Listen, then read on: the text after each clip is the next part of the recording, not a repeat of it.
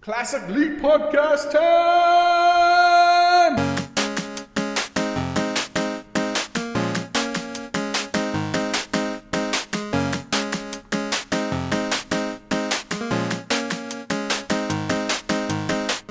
Hello everyone, and welcome to episode 262 of the Classic Elite Podcast. My name is Scott, and joining me tonight are Josh and Dustin. Josh, what's going on, man? We missed you last week. Yeah, I had things to do last week. Glad to be back, and I'm pretty much made up my mind about switching internet providers. I'm so sick of Windstream. This is no joke. Over the past few days, I've had to reset the router at least 15 times. Just plug it in, take it, plug it off, plug it back in. It's driving me nuts. I'm sick of them. I do not recommend Windstream. If you have Windstream right now as your internet service provider, drop them and find somebody else. You will thank me in the long run. Luckily, their bots couldn't catch up. That entire rant got out flawlessly. Outstanding. Well, I have my, if you cut out at any point, it's no big deal. Just jump back in. I have the backup Skype account. So we are good to go. Good deal. Man, that's a bummer. It sounds like the old Time Warner days. Time Warner used to be like that for me. Dustin, man, have you had a less frustrating week? What's up with you? How you doing? I haven't been to work since the Friday before last Friday. That much, like, bad weather? Well, I had 4 days of training, and then a snow day on Friday, and then the weekend, and then Monday was Martin Luther King's birthday, and then snow days until today. I go to work tomorrow. Okay, wow, well... I don't know. I don't remember what I do. I was gonna say, wow, you'll be rusty, man. Those filthy keyboards will be haunting you. I got a text about from hard drives. I think I don't know. You'll have been gone so far away. You'll be like, I know shell scripting now, but what was I supposed to apply this to?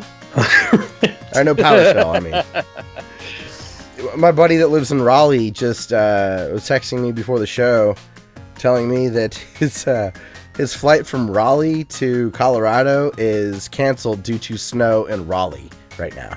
There is 6 inches of snow, which I'm assuming he's going for skiing. The irony of it being okay in Colorado right now, no flights delayed, but snow delays in Raleigh, it's crazy. Yeah. What a weird winter it's been. I know we talked about Florida getting it earlier this year, so. Oh Yeah, man. But so do you feel like you're a PowerShell pro now? Are you a full-on, you can hack the mainframe? I feel like Jack Nicholson in The Shining is what I feel like. Did you gone crazy? Yeah, I don't know what to do. I've been sitting in this house for, it feels like months. That does explain a lot of Twitter activity. It's one thing to send out retweets. It's another thing in the middle of the afternoon to be like, I beat Kid Dracula. Like, what? Right. I guess Dustin's having a light day at work.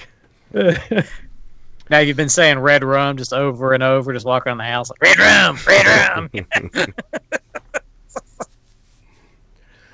rum. Josh, have you ever had many work days? You work in a school system too. I think I've been to school a grand total of 4 days so far this new year. Oh my gosh. Yeah, we've been out since last Friday. Wow. And I'm out tomorrow too. So it's just the weather's been terrible. And the roads up around here with the hills and things. I mean, you slide off a hill, you're a goner. You'll never be heard from again. Like the Black Pit of Death. So you have to be very careful out there with school buses. Years ago, Josh had a near-death experience he discussed on the podcast about his car sliding off a hill. Oh, gosh, yeah. It was... Yeah. God, this had to be like 4 years ago or so. Poor Josh had a real rough winter a few years ago. It was the same year that the water main broke in Ashland. And like I remember that now. It was like 3 or 4 years ago. And he called them horror baths, where he was having to like take water bottles into buckets and just watch the pits and the privates and pits and privates, and then he would save that water because that would allow him to flush his toilet. That's what you call being frugal. Dude, no, I would say resourceful. He had no other access to water. Good stuff. I miss Josh. We'll have to all start bugging him to come on and hang out. I'd love to hear an update. We've started having some traction for some reason on the podcast episode with Holly. The Bloodborne Burrito episode. It was like episode 140, which was years ago. Yeah. And we've been consistent. So, yeah, everyone, welcome to the podcast. This is a video game podcast, so we'll be talking about some gaming news and stuff coming on and what we've been playing lately. We will talk about our YouTube channel of the week, as well as Josh has a good discussion question for us. So, I guess let's go ahead and get started. The first thing I wanted to talk about was this is a little out of order for us. We got an email from Benjamin Martin, who has been in chat before. He was the one that gave us the picture of the the metal artwork in New York of the it looked like Atari characters stacked on each other. It was Pitfall Harry. Mm-hmm. Well, he wrote us an email and listen to this. He says, "Hey gents, I recently acquired an item that I thought you would find interesting. I'm a member of the New York Stereoscopic Association." It's in parentheses. This is 3D content, technology, art, and enthusiasts. He says, "At our holiday party, I noticed that my friend Fred had a pristine copy of this Nintendo Power with him, featured on an upcoming Virtual Boy." So he attached the photo of the console of the magazine. He said, "In order to show off the idea of the forthcoming, quote, amazing stereoscopic 3D console," end quote. That's what's on the cover. He says they designed the cover and Virtual Boy feature to be viewed or enhanced by wearing the included Chroma Depth 3D glasses. So in the magazines, these 3D glasses would come so that you would have the magazine cover kind of pop out at you, and the features around the Virtual Boy would pop out to you. So in the email, he then goes on to say, Fred happens to be one of the inventors of 3D viewing technology called Chroma Depth. He said, "I asked Fred if I could take a photo of his copy, and he promptly told me to keep it. He had others." How cool is that? That's what he said. Cool. He goes, "How cool is that?" He said, "Heading into this month's 3D meeting, I hope to catch the tail end of the live stream." So he's going into this month's meeting right now. So, he may be in the meeting right now or whatnot, which is cool. I responded and told him that's like Naismith giving you a basketball. Right? Like, yeah, I made that. Here you go. That's so cool. Josh, now, were you much of a Virtual Boy, not necessarily a fan, but did you look at it eagerly? Were you hoping to go to Kmart so you could go to the kiosk and put your face up to that? One of my buddies back in high school, he had one. He came over, had a sleepover, and we played a couple of games on it. He had like Mario Tennis. Oh. And I don't remember the other game he had. You know, it was a concept that it was a good idea, but it was so poorly executed, the thing had no chance of being successful. None whatsoever. Yeah, I totally agree. Eloquently outlined by the angry video game nerd. I just remember it was Hills or Kmart. Just getting to try it in the store. My friend Keaton, nowadays, I did get to play the Mario or the Wario platformer game. He has one in working order. But here I found the issue that we can kind of scroll through. I wanted to just draw attention to the fact that the cover, Dustin, not only features a 3D virtual console that you put your face up to. So assume that we don't know this is a shipped product yet. Mm-hmm. Then as well as that being the feature, in depth, it analyzes Phantom 2040. I don't know what that is. The Game Boy Street Fighter 2. That's probably garbage. But it has an in-depth look at Chrono Trigger. And it has an in-depth look at Ninja Gaiden, the trilogy. which isn't that Super Nintendo game that was the. So imagine this. The wonder of virtual reality from Nintendo, as well as in-depth looks at those two games. What an issue. Right? What would have gotten your attention the most when you were 10 years old or whatnot? Out of this cover, what would have drawn you the most in? Honestly, the Virtual Boy. Me too. I thought it was pretty cool when I was a kid. Even after I went to Sears and tried it out, I was still like, dude, I'd buy this if I had an extra $300 or whatever it was. A D-pad for both thumbs, done. Right. I'm on. Sold. DB, what about you, man? If you were a kid just looking at this cover, we don't know the Virtual Boy yet. It's all hype at this point. Would it have been the console, or were you into some of the games that were listed? The concept virtual reality definitely would have got my attention. Actually, like trying to being in the game, so to speak, being part of the game, being in the virtual reality world. I remember the titles when they came out. None of them really struck out at me as being, man, I've got to have this game. And when you mentioned the Wario game, it actually wasn't a bad game at all. It was just a prime example of something that shouldn't have been on a virtual console. It should have been a regular just platformer on the SNES. Sure. What's neat, and also with these glasses, I'd like to mention that they have game screenshots in here. So this is one thing that current virtual reality could actually learn from. A way to somehow demo or give a little flavor of what to expect. And even just that rudimentary ability to put on cardboard glasses, and have that kind of magic eye effect would have had me just blown away. What a great piece of marketing, an opportunity for huge disappointment, though. Because your mind could only, unfortunately, looking at it through these glasses is probably about as good as that would get. Yeah. But when you put the goggles on, it's a disappointment. But man, the potential. I don't know. This is just really cool. So, Benjamin, thank you very much for turning this over. It was really cool that you thought of us to check this out. And also, crazy thing is oh, sorry, man. Oh, I was just gonna go ahead. I'll say what I'm gonna say in a little bit. The crazy thing is the guy that invented the Virtual Boy was the same person that invented the Game Boy. I can't think of the name off the top of my head. Gunpei Yokoi.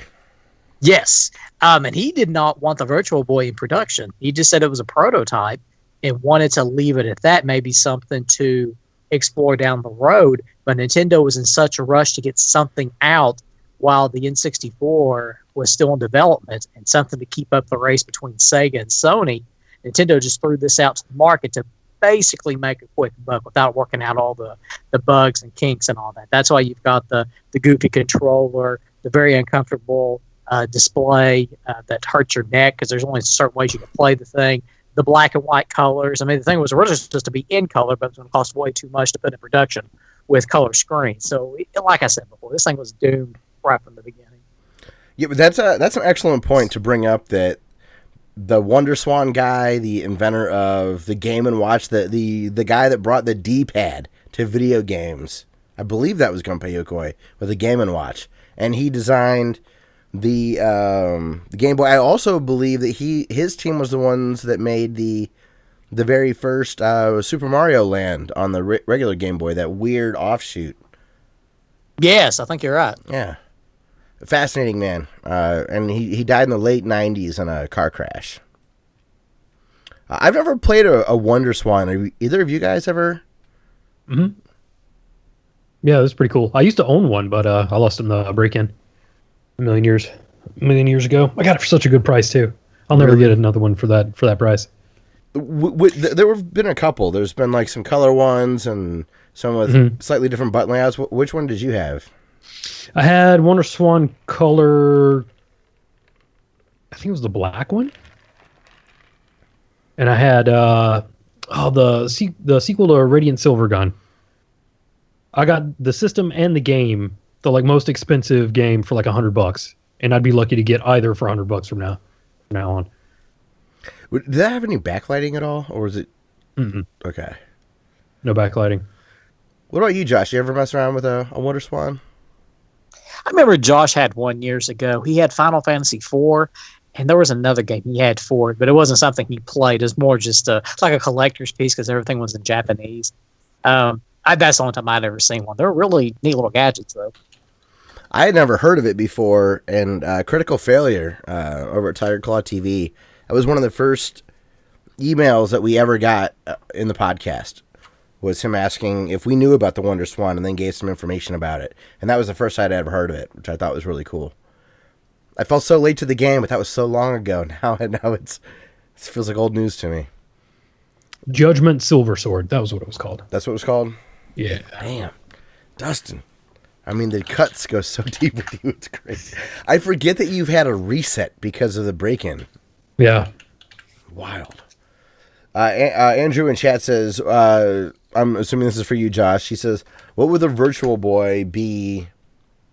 He said, would the Virtual Boy be a dishonorable mention on the worst console list? It'd be more than a dishonorable mention. I would say that. There you go, Andrew. He's gonna keep. Maybe one of these years we'll finish it. Even if we knew the specific order, which you had told me once, and I forget, just to see the Josh, the Gooch and Douchebag flair on an edited video to go old school with it would be awesome. Damn the copyright strikes. We'll take just it. Point it just to post it out of nowhere. It's like number 2. Yes. Oh my god. Oh my god. That'd be the best. So yeah, again, thank you very much to Benjamin. And what I was gonna say is for everyone to check out the New York Stereoscopic Association.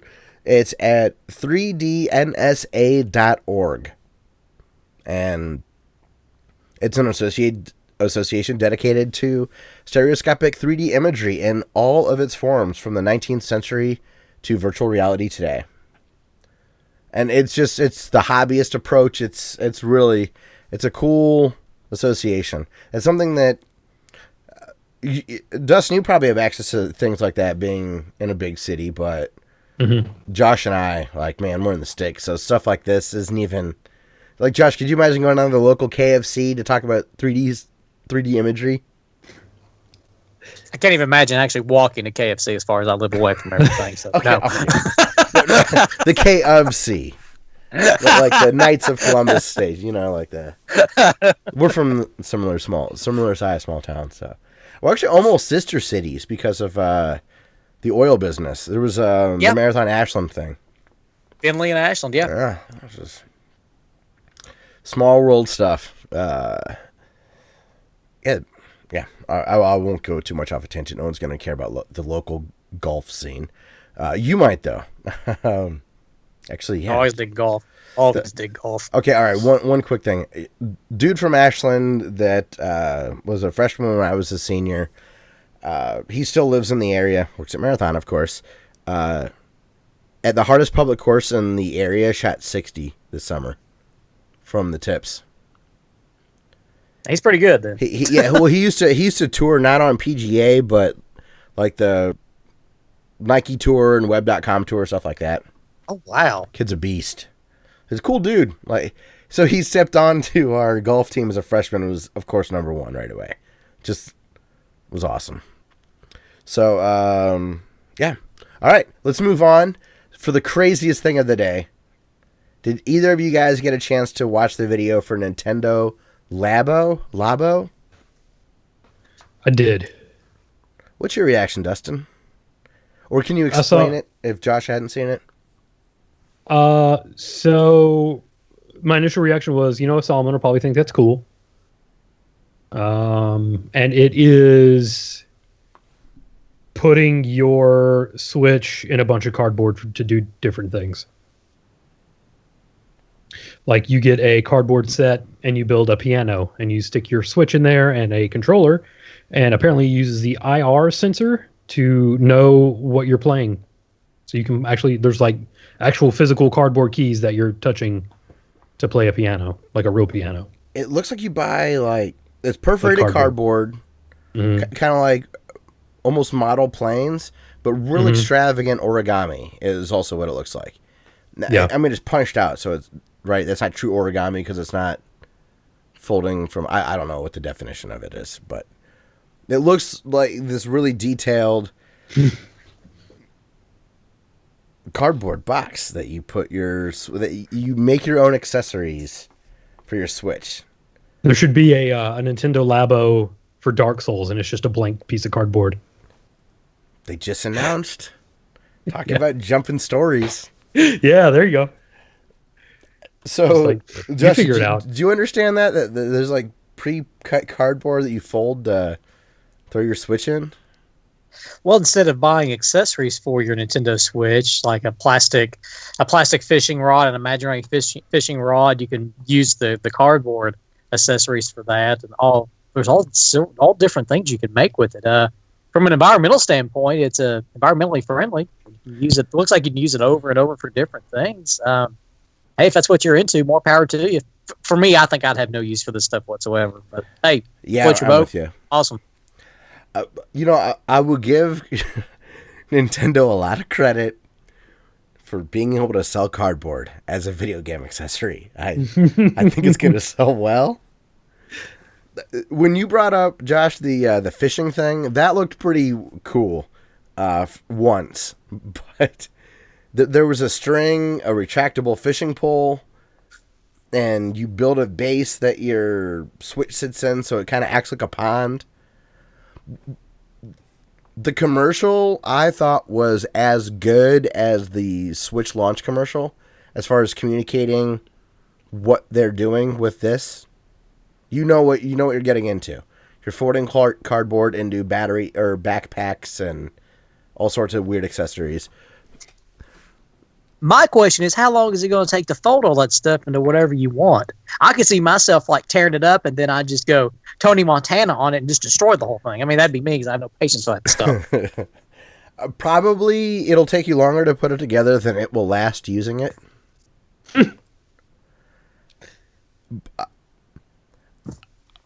I like it. I love the idea. I will just say that as much as I can critique it, there's something that looks if I was a kid, if I could have transformed my console, I would have just lost my mind. Mm-hmm. I would have thought it was the neatest thing in the world. I would have been asking for, and it looks like they're going to sell these in kits. You can buy like a variety pack, or you can buy individual systems or games or whatnot. I have no idea what the pricing will be. Maybe these will be $10 kits. Maybe they'll be $50 kits. I have no idea. Nintendo cardboard, only $49.95 at GameStop. I'm a little nervous it'll be like that, actually. I will say this. I honestly, I came up with this joke myself. I'm sure it's been made on Twitter. But at the very end of the trailer, it says the release date is April 20th. So it was like 4/20/2018, and immediately I'm like, well, what were they smoking to try to sell cardboard as a video game accessory? Dad joke. I know, right? I gotta have kids so I can justify these. It had the Nintendo charm, I'm not gonna lie. I'm not gonna buy any, but I think this is a more practical accessory system than Amiibos. Oh yeah. I'm Definitely. super glad they didn't lead with this. Like, I'm so glad it wasn't like, here's the Switch, here's Nintendo Labo. Instead, they had like Super Mario Odyssey and actual real games and third-party support. And, That's a great point. yeah, if they had led with this, I would just been like, whatever, Switch, it's a piece of garbage. That would have been. That's a great. That would have been probably a death knell for the Nintendo Switch if they'd done it. I agree, Dustin. That's a that would have been great good. point. I keep hearing people say, "Oh, Nintendo's going to have some sort of VR thing, some VR thing." This feels like the Nintendo VR thing. The silly bringing this video game console even more to life in your living room in a way, where you actively participate in the way that they wanted you to with the Switch or with the Wii. Now you're doing it. I don't know. I mean, they wanted you to use those like tennis rackets and baseball bats and golf clubs back in the day, and they seem to be going back to that in just a, I don't know, kind of a more clever way. I'm looking forward to gaming outlets getting a hold of these. I can't wait for the giant bomb day where they just have crates of these things trying to put it together and play it live. It's going to be like a 4-hour stream. It'll be funny.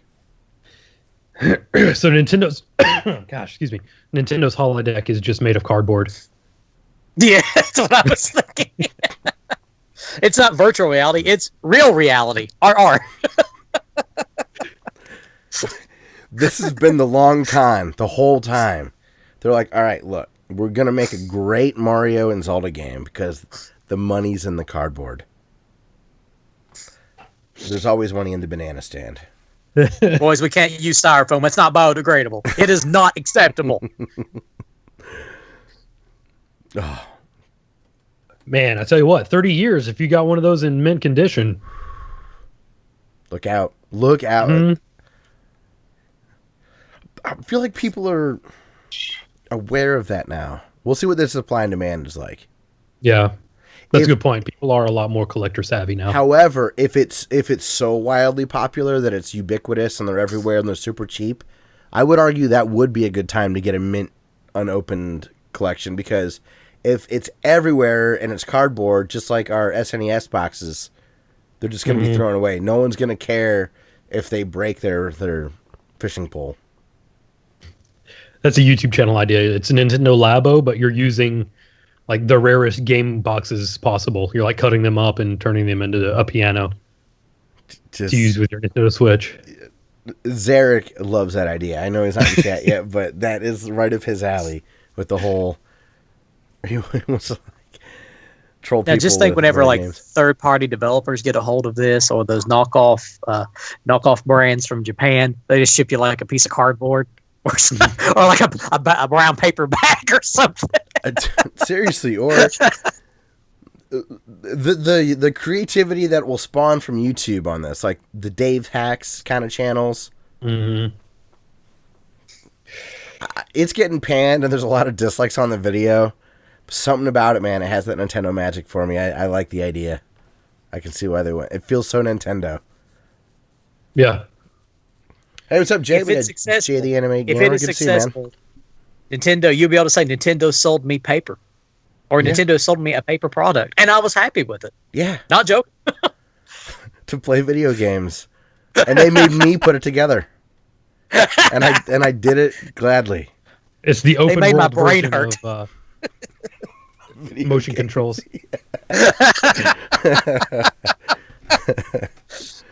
Oh, that's great. So, yeah, Nintendo Labo. Check it out. It deserves the ridicule in a way, but I'd be lying if I said I didn't think it had some charm. Oh wait, Nintendo Labo, you won't be cardboard, dude. But it's you know how Dustin hasn't went that strong with a off the top of the head pun in a while. That's how you know he's not lying about being away from work. He's well rested, ready to go. So next up, Josh, how great was the Vikings miracle touchdown against the Saints? From a Minnesota standpoint, gosh, it was incredible. From the Saints standpoint, you just want to wring that safety's neck, the one that missed that tackle so horribly. But that was poor rookie. That was a fun game to watch. I really enjoyed it. Oh, real quick, don't know Trisserat?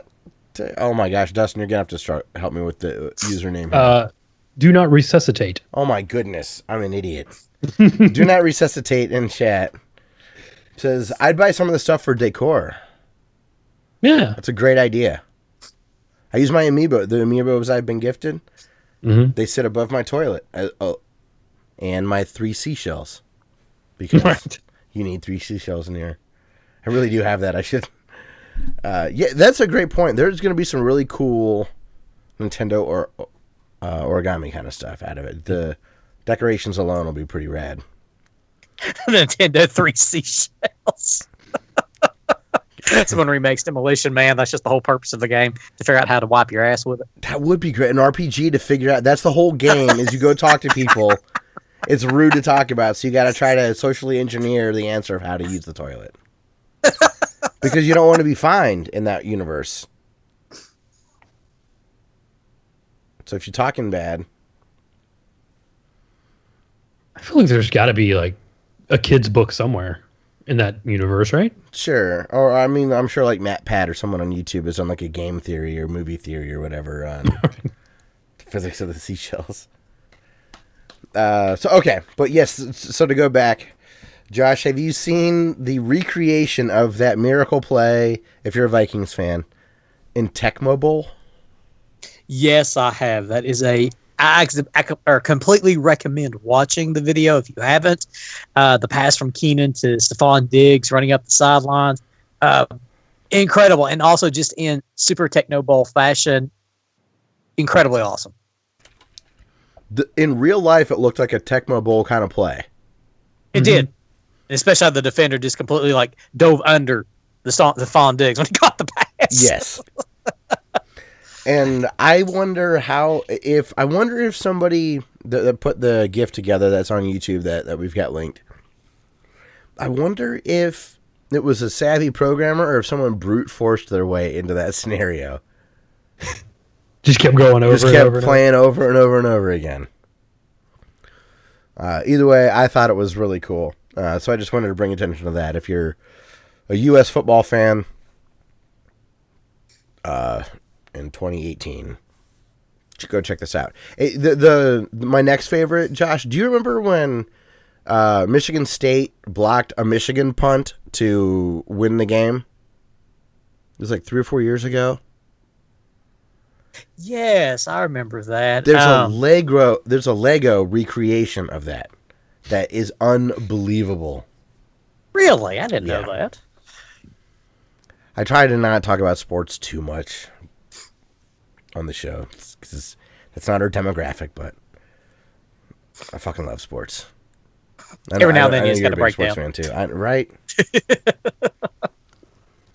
Not everyone out there hates sports. Dustin, I can't talk with Dustin. He's like, what? I'm sure I believe you that happened. Why is that interesting? I saw it on Facebook. The sports ball. The real one? Okay. Yeah. I was like, hey, that's cool.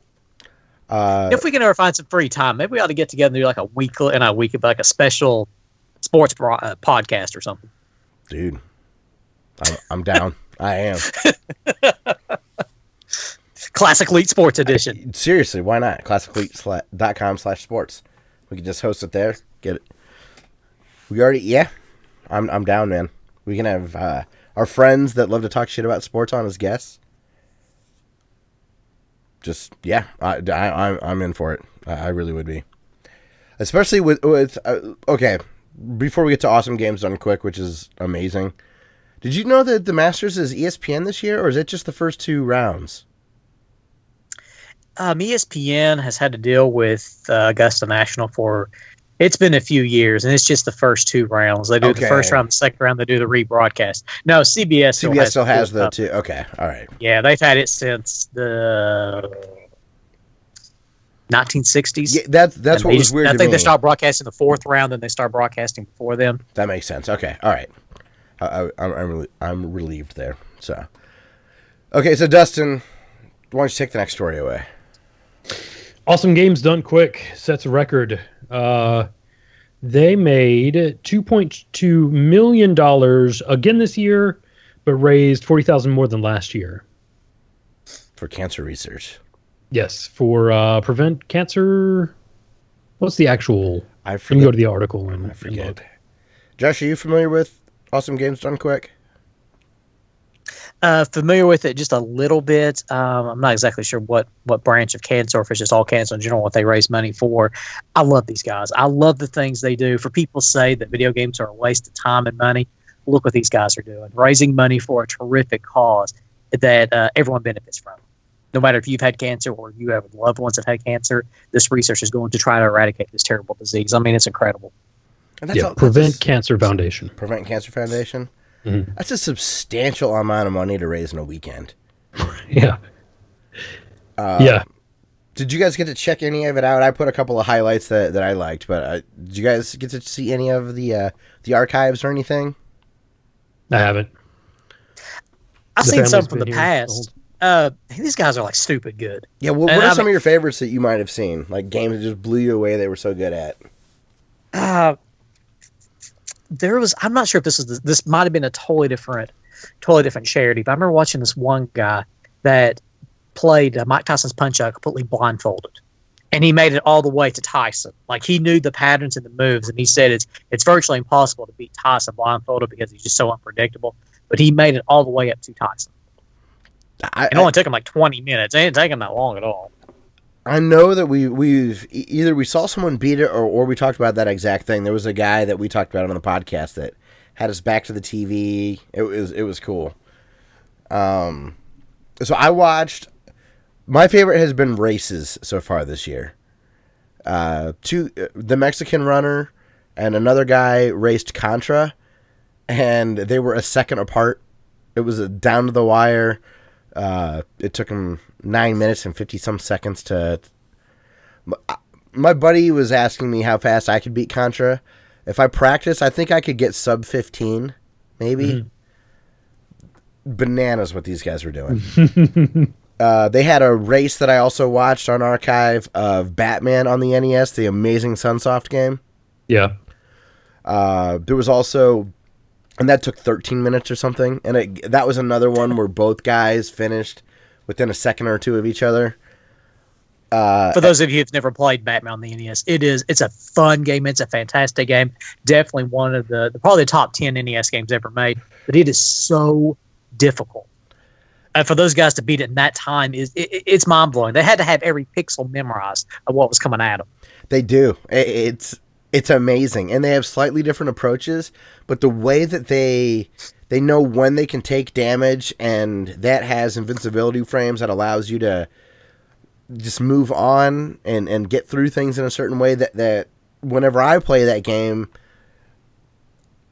I don't have that mentality. Like you said, Josh, I don't have those pixels memorized, so I suck at it. I can't beat that game. I love it. It's great. Top 10, I wouldn't. It's not in my top 10, but I'm not going to argue with someone that says that it is. The music's incredible.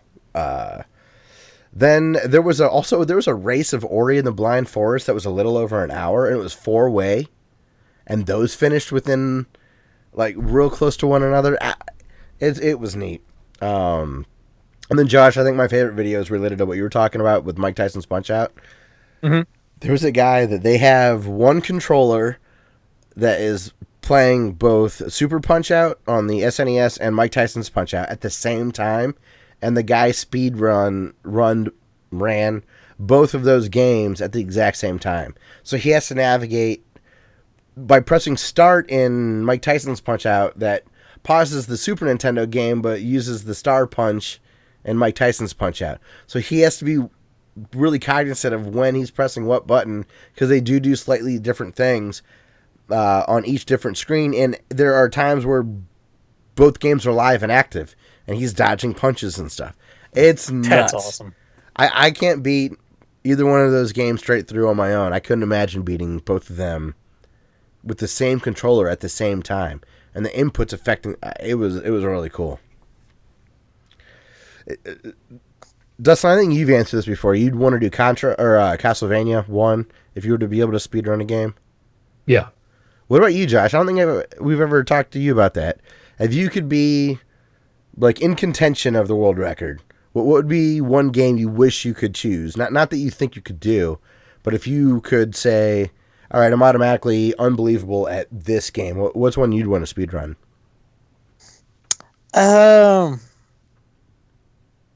Probably Punch-Out. I think that'd probably be one of the easiest ones. Well, out of the ones they play, I'd go Punch-Out. You like I was going to say Mario 3, but I'm not going to say Mario 3. I'd go Punch-Out. I mean, and it's more of a question of not what you could do, but more like what would you want to be known for? Like if you could pick any game to be amazing at, you'd still do Punch-Out? Like you don't have to put in the work. You just get to be that good. You just get to be that good. Yeah. Yeah, I'd do Punch-Out. Then maybe like on a there's no way you could speed run this, but like Final Fantasy, like you could be like the shit at Final Fantasy. You can. There are speedruns of that. I'd totally take that. I thought you might even say Mass Effect. Like if you could get through Mass Effect 1. Oh, I thought we were just saying NES games. I'm sorry. Oh, any game. Like any game that you would want to do. That you'd want to be world class at from a speedrunning perspective. Yeah, Mass Effect would be a good one. That'd be a real good one. I think Contra would still be mine. Maybe I'm biased because I'm so close to being world class with that game already.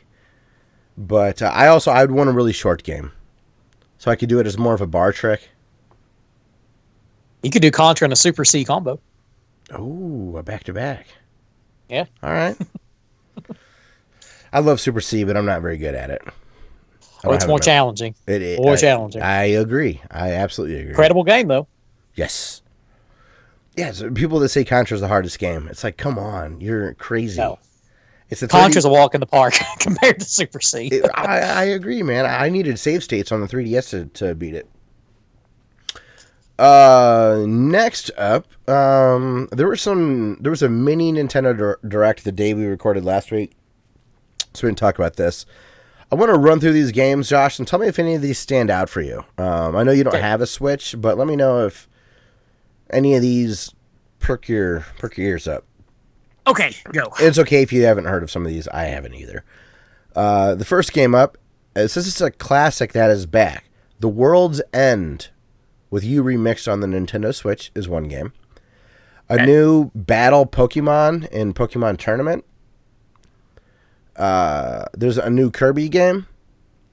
There is that Dynasty Warriors game, but it's Hyrule Warriors. It's got Link in it. Okay. There's a new Mario Tennis coming with a single player story, as well as multiplayer, of course.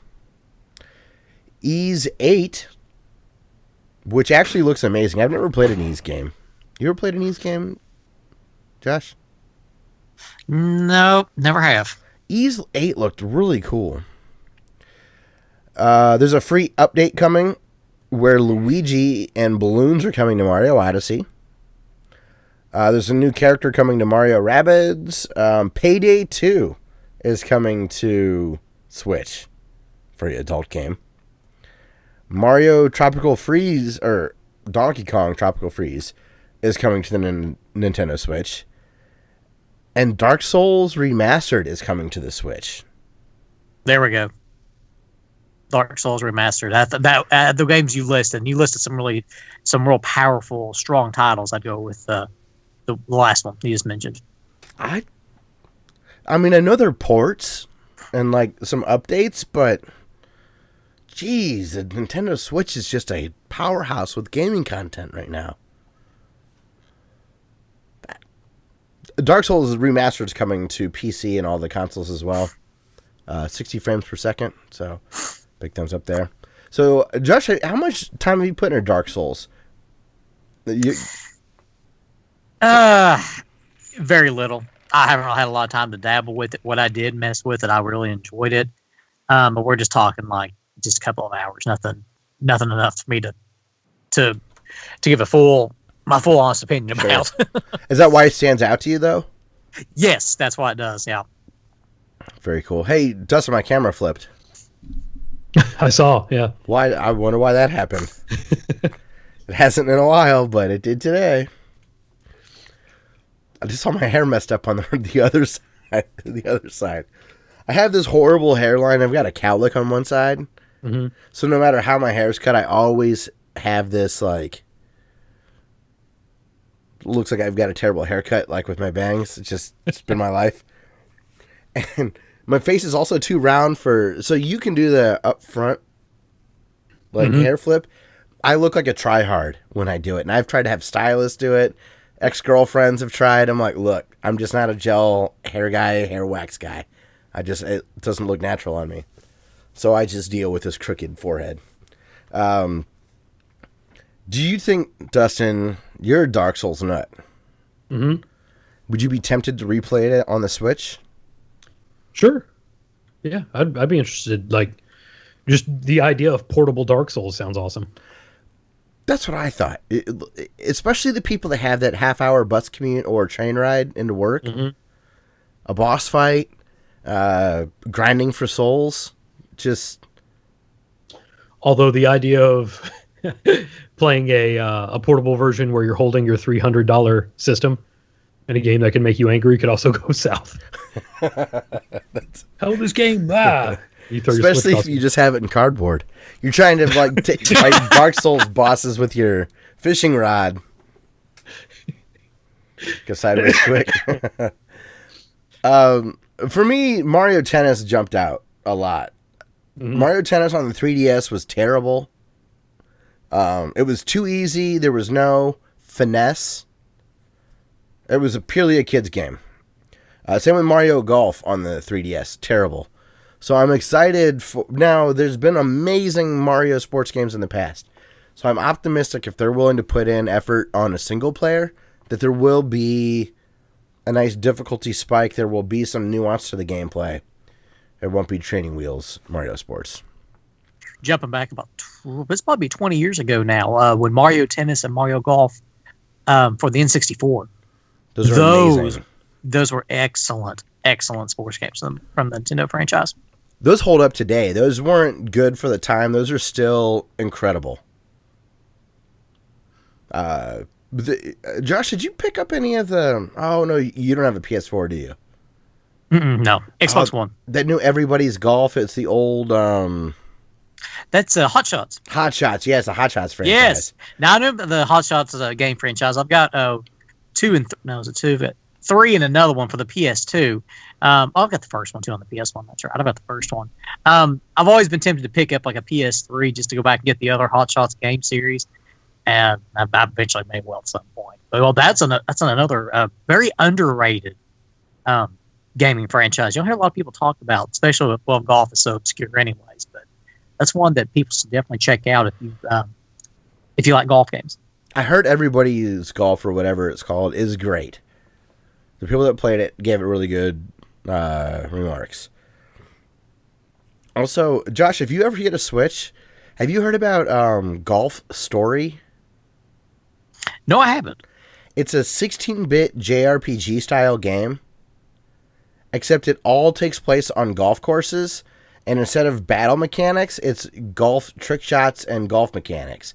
Like boss fights are play 9 holes, and you level up your clubs, and you run into enemies, and they say that you can't... They give you challenges, like you need to hit like a hole-in-one or chip in or drive farther than me, stuff like that. Totally sold. Don't care. It sounds awesome. I would love to play that. And it was... it's on... I don't know if it's anywhere else, but it's on the Switch right now, and it's like $15 or something. It's a really cute, charming game, and I think it's the first game it's definitely the first game by the company, and it may be one of these stories, like Axiom Verge, like Tom Happ, where it's one guy put like 5 years of work into it. Wow. It's a cool... Yeah, Josh, it's like right up your alley. Yep. That sounds awesome. And it uses that 3-point kind of start backswing, stop backswing, hit the accuracy, kind of old school, Everybody's Golf kind of thing. Or, I mean, yeah, Everybody's Golf or Hot Shots Golf. Or Mario Golf. It's got that swing mechanic. Which is Tiger nice. Golf pre-99, back to the 3-button click. Yep. Yes. Yeah, 3-button click. That's how. I said 3-point. Yeah, 3-button click's a better way to say it. Same thing. Yep. It's all good. So, yeah. I don't know. Nintendo, my fanboyism is leaking out. You guys didn't seem to be deterred by anything. Because Dustin will call me out when I'm being a little fanboy. She's like, I think that sounds pretty lame. So, next up, I wanted to get your guys' thoughts on this a little bit. YouTube made a big announcement yesterday, or maybe 2 days ago, that they're changing the YouTube Creators Program. And just to give you a basic rundown, in order to earn ad revenue off of YouTube videos, you're required to have a minimum of 1,000 subscribers now, as well as an average of 4,000 hours of watch time on your channel over a course of a year. And no one's grandfathered into this. So if the last 12 months you didn't meet this criteria, you're no longer eligible for YouTube monetization. Whereas before, there was no limit on YouTube monetization for a while, and then all you needed was 10,000 lifetime views, which you can manipulate hashtags and get that in a day if you want. So this created a big uproar. And I guess since our channel is safe, I guess, from this, but we're on the low end. Like, we could eventually be gobbled up if we don't, grow as far as that's concerned. But hearing this criteria, what are your guys' gut thoughts? Because I had a few gut thoughts, but I don't want to color the conversation with my opinion. It's just going back to the way it was, right? Describe the way that it was, because that could mean relative things. Like initially, when partnership was even a thing, you didn't get paid until you made partnership, right? Yes, and so, this is talking 2000 up till 2012 conservatively, but I think even maybe later than that. Yeah. And then again, that's for ad revenue stuff. So I don't know, Josh. What are your thoughts about maybe some smaller channels? Well, it sounds like that YouTube is wanting, like I said, these smaller channels to maybe work a little bit harder to generate more subscribers. I guess I really don't see a problem with it. Like I said, if it starts affecting like the entire group as a whole, whereas we're getting less quality, more quantity, I don't want to see that. But I think YouTube's trying to weed out the weaker videos, so to speak. Yeah, and it's not necessarily weaker videos. I guess it's the engagement potentially. And I guess here's some numbers from YouTube's blog post that they put up. It says these changes will affect a significant number of channels, which that's nice of them to be upfront about that. And it says 99% of those channels affected were making less than $100 a year within the last year, with 90% earning less than $2.50 per month. So it's not taking livelihoods away from anybody from that perspective, I guess is the way that I look at it. And if you're not with a MCN, multi-channel network or whatever, you need to earn $100 before YouTube would pay you revenue. So there's a YouTuber named I'm Alex from England, and I think he did a really good job of explaining that you're not getting paid anyways, essentially. Like, you're not hitting they're not cutting people off that were hitting this threshold. Jim Sterling did a well put together video complaining about this program. I like Jim Sterling because he, I believe, earnestly expresses his opinion even when I think it's incorrect or I disagree with him. This is a situation where I think he's absolutely wrong. But Jim Sterling does an excellent job presenting his points. He's being completely honest. And I guess the way that I look at it is, Dustin, to your point, I had the same gut reaction. It goes back to the way it used to be. Mm-hmm. No one's entitled to make any money.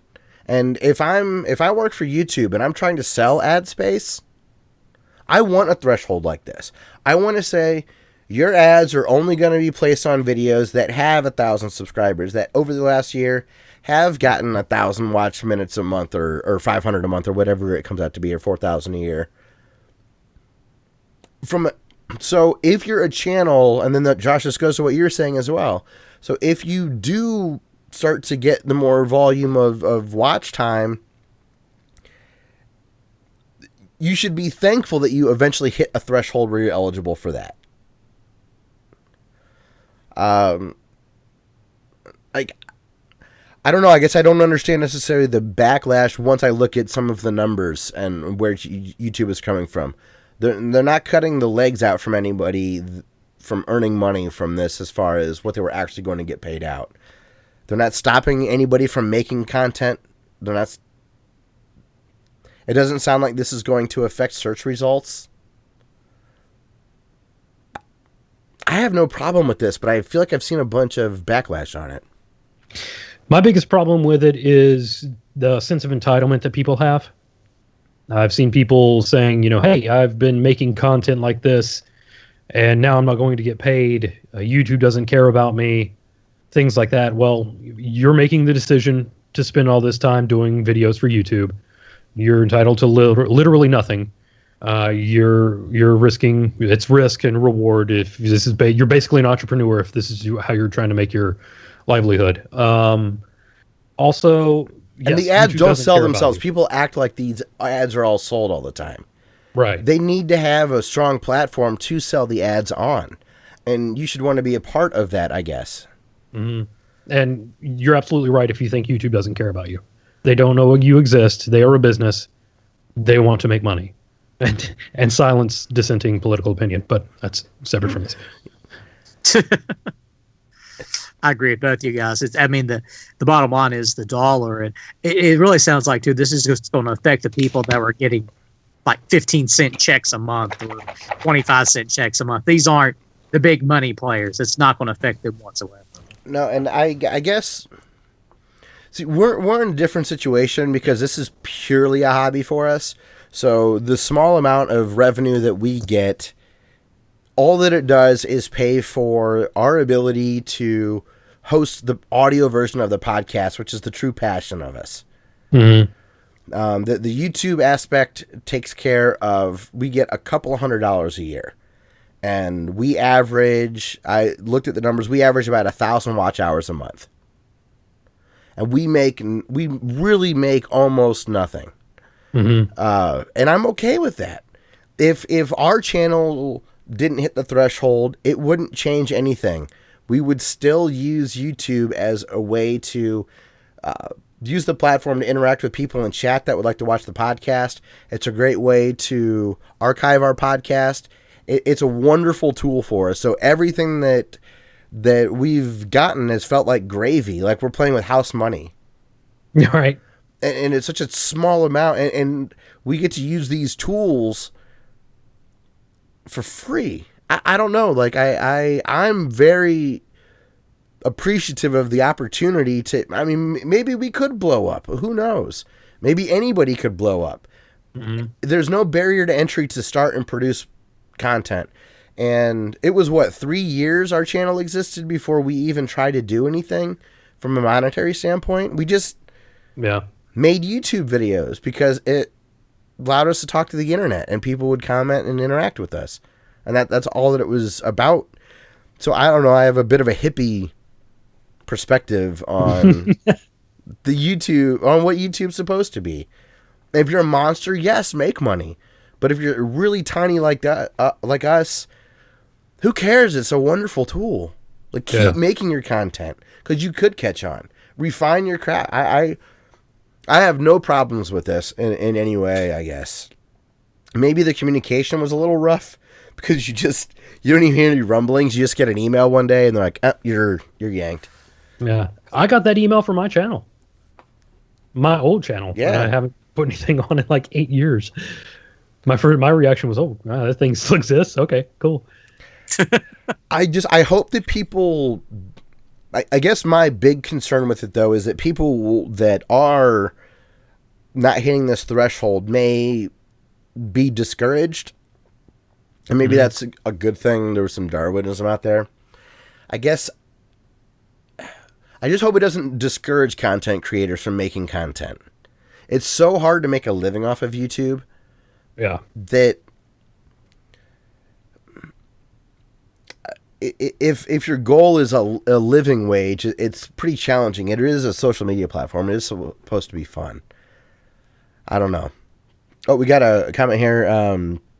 So Jay the Anime Gamer, he got the bad email. And he says it's 4,000 watch hours per year. I may have misspoke. He said they did state though that channels that were monetized that didn't get to the threshold of $100 will get what they earned. Oh. So, I mean, if you earn $97, they will at least give that out to you. So the work that you have done under the old system, they're not going to, and that's a good thing. That would be theft. To tell people they're going to earn money under one thing and then change it without, you can't change a contract or an agreement without the other person's consent. And good for them, I guess. And again, I'm in sales. I do that kind of stuff for a living. So if I were trying to sell YouTube ads, having a threshold like this would be a wonderful way to be able to show that we're weeding out stuff that all those Adpocalypse 1.0 stories and the PewDiePie story and the Logan Paul story and the kids videos that are creating all this scare stuff. It would be nice to say, no, we've put in these actions and it's this much harder now to have your ads placed over some garbage. I don't know. I look at it as a good opportunity for the whole platform to be looked at as more legitimate. Mm-hmm. And it's still free, and it's still free and open.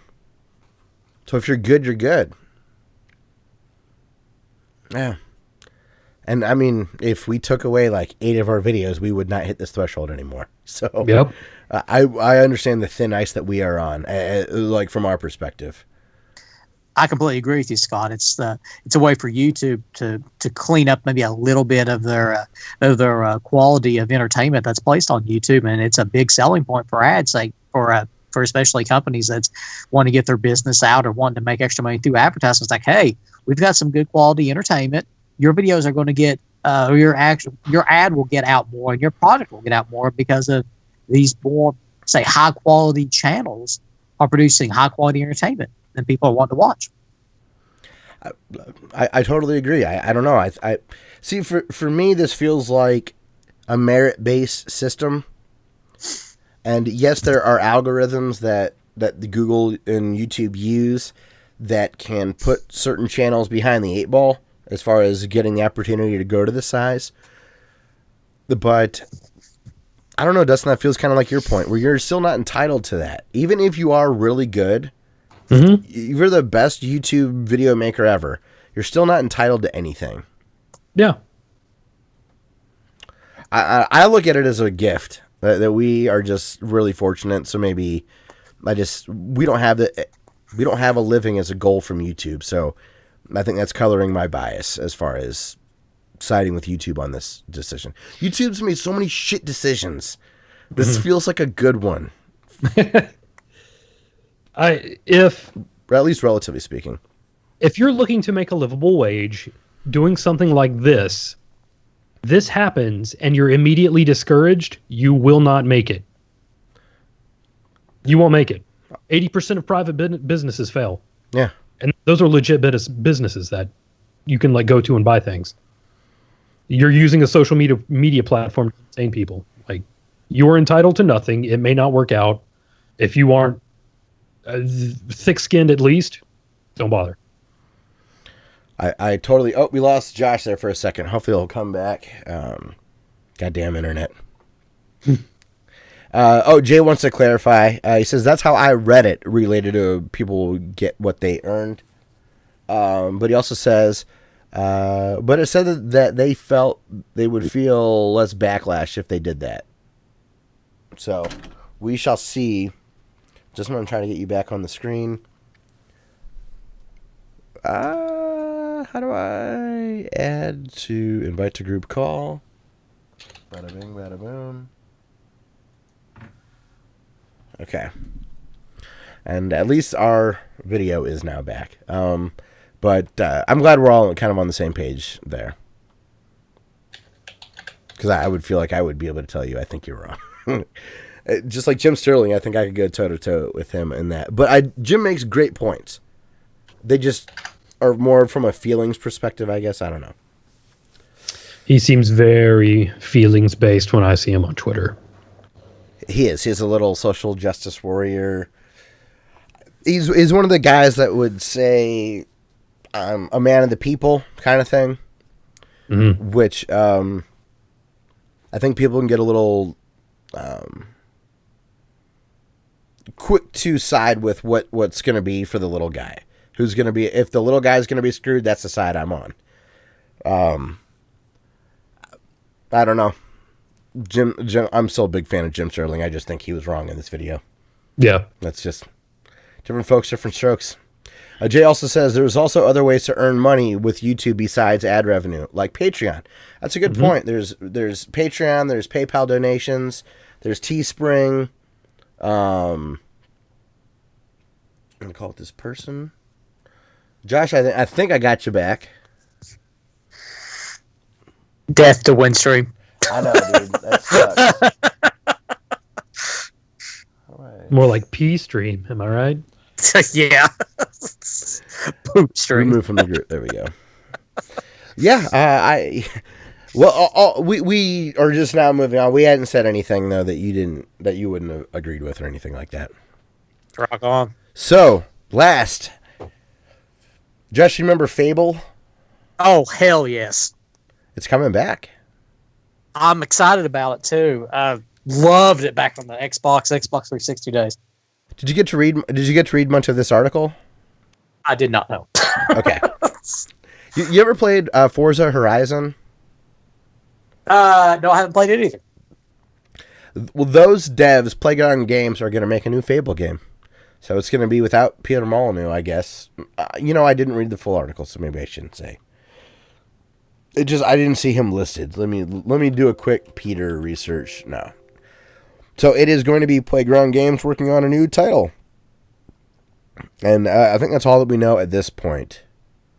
It's going to be established in their second office, which is in Leamington Spa, Warwickshire. I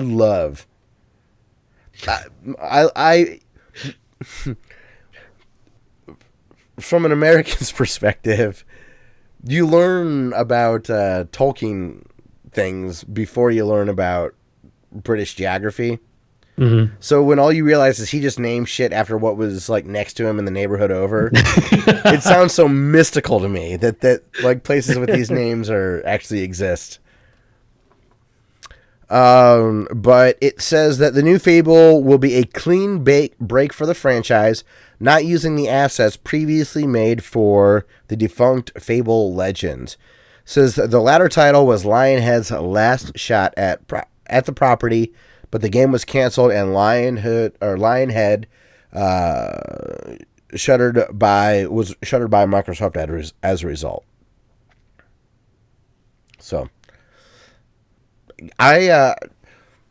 my ex-girlfriend, when I started the podcast, she was into the Fable series, and I remember I would come home, we were living together, and she bought Fable to play it on my Xbox, because she just wanted to, I forget which one it was, one or two. I remember not being interested in the game, but clearly a lot of people were, and she dug it. So 2 and 3 was on the 360, 1 was on the original Xbox. Okay, then it was 2 or 3 that she would have played. Maybe it was 3. I don't know. Have you played the whole trilogy, Josh? I never played 1. I dabbled with 2, and I loved Fable 3, which, if I remember right, 3 was actually the weakest one in the series. Loved the game, though. Loved the concept. So I guess for anybody maybe not familiar with Fable, what do you remember about either 3 or what the franchise is based on? Well, with 3, you were a prince that was an outcast in the kingdom, and you basically had to rise up from the ashes to retake your kingdom, meeting characters along the way. It was sort of an open style world where you could do whatever you wanted, but at the same time there was a linear line you had to follow. Maybe you could do like certain story arcs at certain times. And eventually the main villain was this darkness that was coming to take over the world, and you was trying to raise this army to defeat the world and defeat this darkness. The second one, Fable 2, was about, it was like you and your sister, or your sister and your brother, whichever character you decide to choose to play, were orphaned, and again, you were trying to take over and take back the kingdom, if I remember right. It's been so long, I'm trying to remember. I remember the character choice. You could play as a guy or a girl. I don't remember if it was a brother and a sister. It wasn't just the same character. Definitely Fable 2 was that way. No, Fable 3, I just remember being one, you're just a boy now, or a prince. I could be wrong about that. Yeah, I all I remember is kind of the graphics and the fact that there was a dog. Is what I really remember of it. And you could toggle on or off the follow the green line option. Yeah.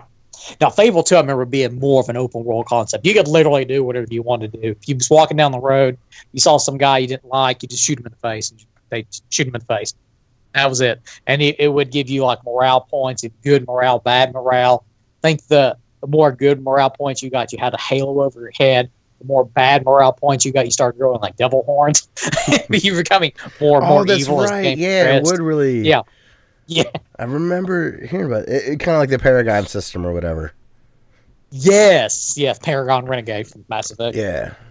So, good deal. Okay, well, we are running a little long in time, so we're gonna rush through some of the next stuff.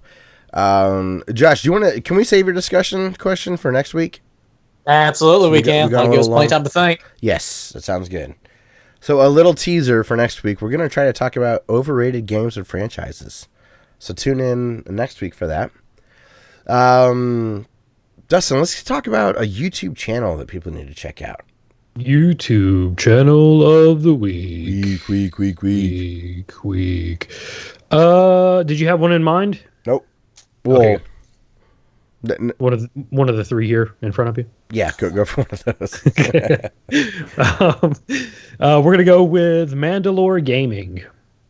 He does video game reviews. I personally chose the Stalker review.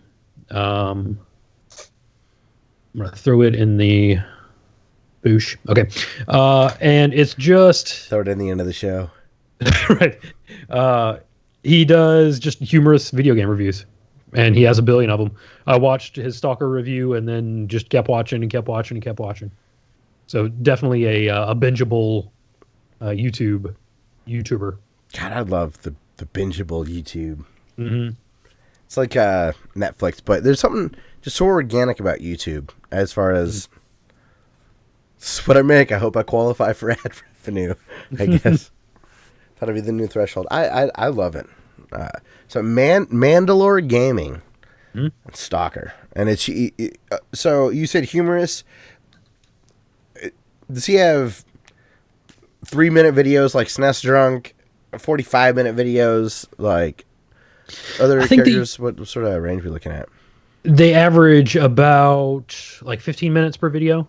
Okay, like he's pretty in depth. Are they? I'll just watch. I don't want to try to have you define every little aspect of it.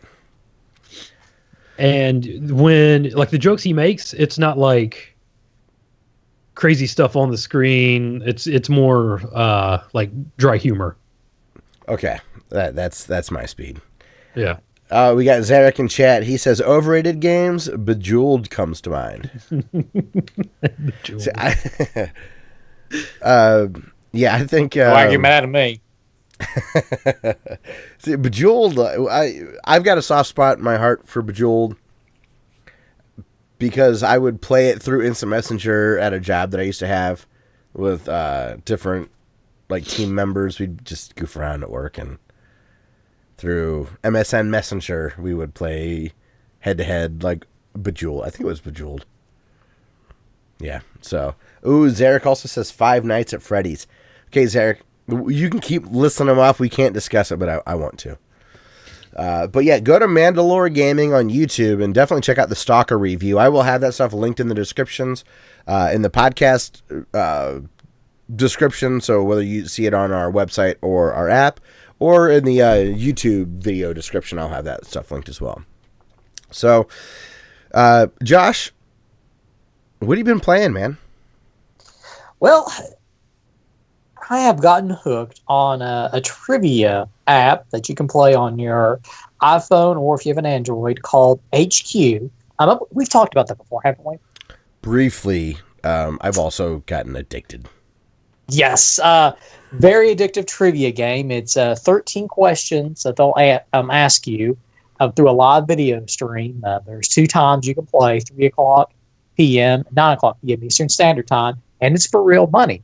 And if you make it through all 13 questions, you get the jackpot. You got to split with all the people that make it to the jackpot as well, but it's totally free.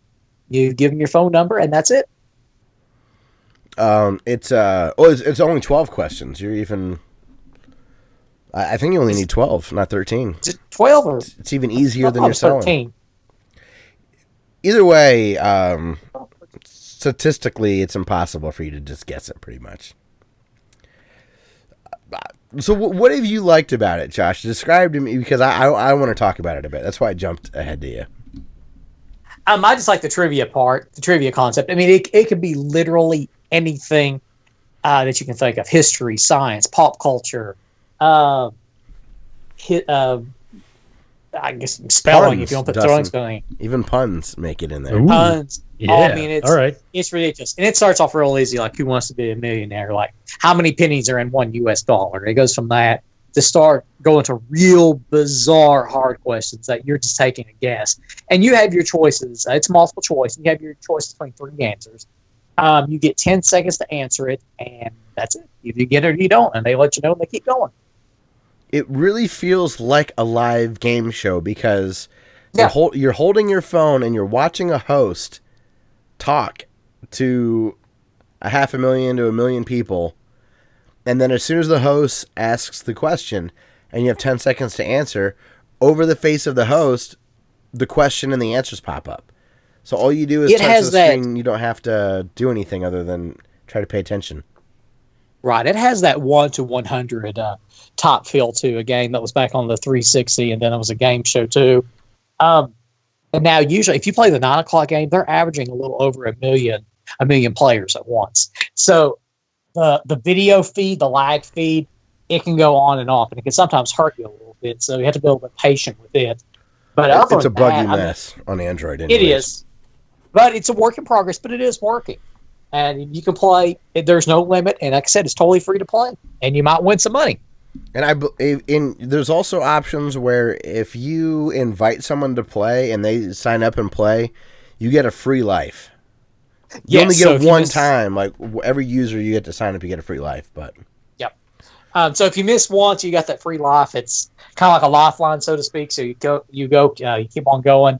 If you're wondering how much the jackpot is, the lowest I've seen is $2,000 per game. I think when we played over the weekend, it was like 12 or 13,000. Wow. Now, granted, it's not everyone gets that. It's like a big jackpot, and everyone has to split it. So usually it comes up to about people that make it. You end up splitting about $5 or $10. Now, I will say the 3 o'clock session today of this podcast, I think the people that wanted, there was a very few people that made it to the jackpot, so they ended up splitting like $40 a piece, $40 to $50 a piece. I mean, that's I've seen people winning over $100. Just yep. If the questions get that more challenging, and sometimes in a rare instance, everyone gets knocked out. So over these million players that play, there might be nobody left out at the end. Yeah. So that jackpot just rolls over to the next game session. And it is fast. You get 10 seconds to answer. They ask 12 or 13 questions. The game's over quickly. You're talking about 15 minutes. So at 3 o'clock, I set an alarm so that I'm looking for the notification. I've been playing it. Yeah, I've been doing that too. Got to warn the host of the show is kind of corny. He kind of gets on your nerves because you want to keep the game going. He's got the best name in the world, though. I can't. What's his name again? I don't remember now. It's an amazing name. It's called Scott. If I ever had a child, I would go with Scott. But you get past him, the nerdiness of him too. But you warm up to him. Yeah, he's slightly awkward, but he becomes endearing. Now, a couple of weeks, or no, just a few days ago, Jimmy Kimmel hosted it. Really? Yeah, and I don't know why. I guess he was just wandering around drunk one day in New York. It's like, hey, you want to host it? It's like, okay, sure. So he came on up and hosted the show. Pretty rad. It's the closest I've ever felt to being a part of a game show, and I love trivia and game shows. So, Zerek's got some other overrated games. He says Gone Home, PUBG, and Pokemon Go. Crazy. So, Josh, what's the furthest you've gotten so far? 4. Question 4. I've gotten 2, question 8. I've gotten 7 right. So striking distance. over the weekend at one of our friends' house. There was a group of us. As a group, we made it to question 11. Ooh, oh, that's heartbreaking as a group. Yep, and we missed an 11. We would have split about maybe 75 cents if we'd won. So what? So winning's more important. It's kind of like making good YouTube content. It's about the content, not the money. Exactly right. I played with a group of friends this weekend too. None of them had ever heard of it. So I sat in a chair and they all stood behind me. I was amazed that we succeeded. Because you know the jankiness, right? So it's like 9 o'clock at night. We've been drinking. We played poker all afternoon. And so I'm telling them about how fun this game is, and then it takes forever to actually get going and load up. Yeah. And they're getting like grumpy and impatient, like this better live up to the hype. This better be good, Lammers. And everyone had a ball. It was great. So they start playing. They're like, "Oh my god, this is awesome!" Yeah. They were like, okay. Yeah, they immediately were into it. I'll talk more about what we did this weekend. It was a bunch of games with a lot of friends, so it was a good time. So that's HQ Trivia. Like you said, you can get it on your iPhone or Android. What else have you been up to, man? That's about it. Still messing around Mass Effect Andromeda. So any updates on that? I had heard other people say that since the patch came out, the big patches, that they did fix a lot of the initial stuff. So are you still enjoying it? Because you had one of the more positive things or more positive views of the game that I had heard. The more I dive into the game, the more I'm loving it. Really? I mean, awesome. It is a complete blast. But like I said before, a couple of weeks ago, the game has a steep learning curve. You have to get used to it. At least you got to put 5 hours into it for you to really feel comfortable about the new mechanics of this Mass Effect universe that's in it. I want to say I've probably logged 40 hours into the game, and I'm not halfway done yet. If you can make it 40 hours into a game, it's clearly you're enjoying it.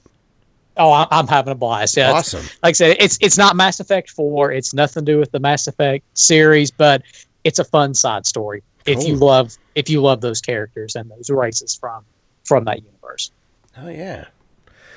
Awesome. Well, Dustin, let's talk about some Castlevania. I played a little over the past 7 days. I played some Castlevania Chronicles again. I finally beat the werewolf. Give me a proximity. Third through, half through, 75%. I am now 4 levels through. Let's see. That's tough. The first level. Determine, isn't it, though? There's the first. Let's see. I beat the vampire bat. I beat the dragon. The guy in the ice cave. I beat Medusa. I beat the werewolf. So I'm on the 6th level. You're getting there, man. I'm getting there. There's 8 total. Okay. And I got, let's see, I'm on the level where you're going through like this weird toy area. Like there's literally like floating baby dolls and little clowns. And we think of like Chip and Dale Rescue Rangers, where there's kind of those levels where there's like Jack in the Boxes and stuff. Yeah. So I got all the way through that, and it was in a hall of mirrors, and the boss is your doppelganger, like your mirror image pops out of a mirror, and you have to fight him. And he beat me. Do they go full Shadow Link, or is it a different color sprite, or is it like an identical same He's color? green. Okay. He's Simon Belmont, but his skin is green. Okay. Sick. Okay. There's my good pun. Simon Belmont if he was the Hulk. Right, yeah. So yeah, I got my doppelganger, Death, and of course Dracula. Cool. Hell yeah, man. And the nearly impossible levels in between all of them. But nearly is the key word there. Nearly. But hey, man, shout outs to whoever played it for World of Long Plays, they go through that game on both settings, original and arrange mode, don't get hit a single time. World of Long Plays is just a beautiful archive of Right? playing through video games. Right. So good. World of Long Plays is, I mean, that's God's work on YouTube type stuff. All right. But if you're OG, if you want to be OG, you can call them CubeX55. Because that's what they used to be called. Really? Before their rebranding. Man, rebranding. Maybe someday. We should change from Classic Elite to CubeX55. Just, yeah, why not? Piggyback off that. Is Eric also not throwing The Sims as an overrated franchise? I mean, if you want to throw people in a pool and watch them drown. I guess it just depends on how... If I wasn't so disappointed in Maniac Mansion, I'd probably be into those kind of games. It's just... When you said make people drown, it reminded me of like throwing the hamster in the microwave. Yeah. You was disappointed with Maniac Mansion? Yes. Because playing a video game in that style was a concept I could not wrap my mind around in second grade or whatever. It just, I couldn't. And It's definitely not D-pad friendly. No, that'd have been a game that would have benefited from the mouse. It was out on the PC too. well, I didn't have a PC, so my only exposure was Maniac Mansion or the NES version, and Yeah. that Nintendo Power issue was so good, hyping that game up, that I just thought it was not at all what I was expecting. So the fact that it was gameplay that I didn't even understand was I couldn't even understand the concept of a point and click. Like, what do you mean I just don't jump on blocks? It really was. That's how it was for me. So it's not disparaging for whether or not Maniac Mansion's good or not, but it was one of the more disappointing games I'd ever played. Oh, Zarek says Pac-Man. I don't care. Fight me. Pac-Man overrated? Overrated? That would be a fun... That would just devolve into semantics eventually, but that would be a fun discussion to have. Yeah. For next week. I disagree. Pac-Man fever, man. Like, fuck. That was a big deal. We wouldn't be doing this podcast without Pac-Man. That gets a pass. Zarek also says... Maybe that's not true. Pong was there. He says every Mortal Kombat past 2. I still don't care. Fight me. Fight.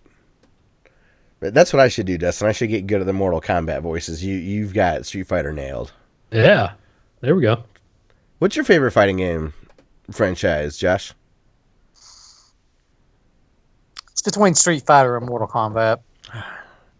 I'm still Soul Calibur. I agree with Zarek. I didn't care for it. Mortal Kombat 3 was okay, but after that, I loved 1 and 2. 2's my favorite. Same. Like, without even... There's no debate in my mind. 2's the one I like the most. I had the most nostalgia for Killer Instinct, though. Okay. The Combo! Yeah, Yeah. combo. Yeah. I get that and Primal Instinct or Primal whatever. Primal Rage. Primal Rage. Yeah, mixed up. I didn't care for that one. I guess the the farts are dinosaurs and the apes and Killer Instinct's awesome though. Dustin, have you played the free Killer Instinct that came out within the last several years? It's great. It's free on Windows 10. Oh, wow. Yeah. Wow. Well, yeah, but hey, I mean, you're getting back into PC gaming. You said so last week. That's right. You opened up Steam. Oh, I played Fear. I didn't put that in here. I played Fear. I shot some guys in slow motion. Perfect. There was a creepy little girl, but she didn't scare me this time because I knew everything was going to happen. I've never played Fear. It's good. It's a shocker. All right. I did have someone talking about Dead Space being an amazing game this weekend. Oh, listen to that person. They know what they're saying. Yeah. They made some reference like, oh, like in Dead Space? And I'm like, maybe. I haven't played enough. So, cool. So what else you been playing other than Castlevania? I played Castlevania 2, Belmont's Revenge, on the Game Boy. I was hoping you'd just say Castlevania. The first one? No. When I said what else you been playing since Castlevania, it was a bad joke. Oh, Castlevania. Yeah. I've been watching sitcoms lately.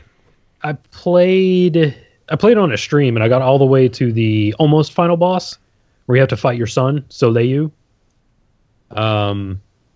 But my brain got tired, and I couldn't play anymore, so I stopped.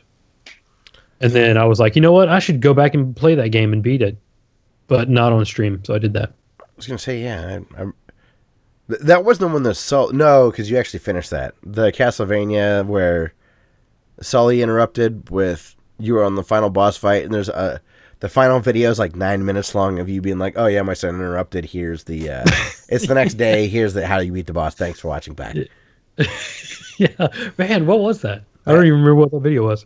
You know what I'm talking about? Maybe it was Rondo of Blood. I think it might have been the end of Rondo of Blood, your Rondo of Blood playthrough. Maybe. It was that or Castlevania 4, but I don't think you finished Castlevania 4. I haven't. It must have been Rondo. I don't know. Rondo would be my guess.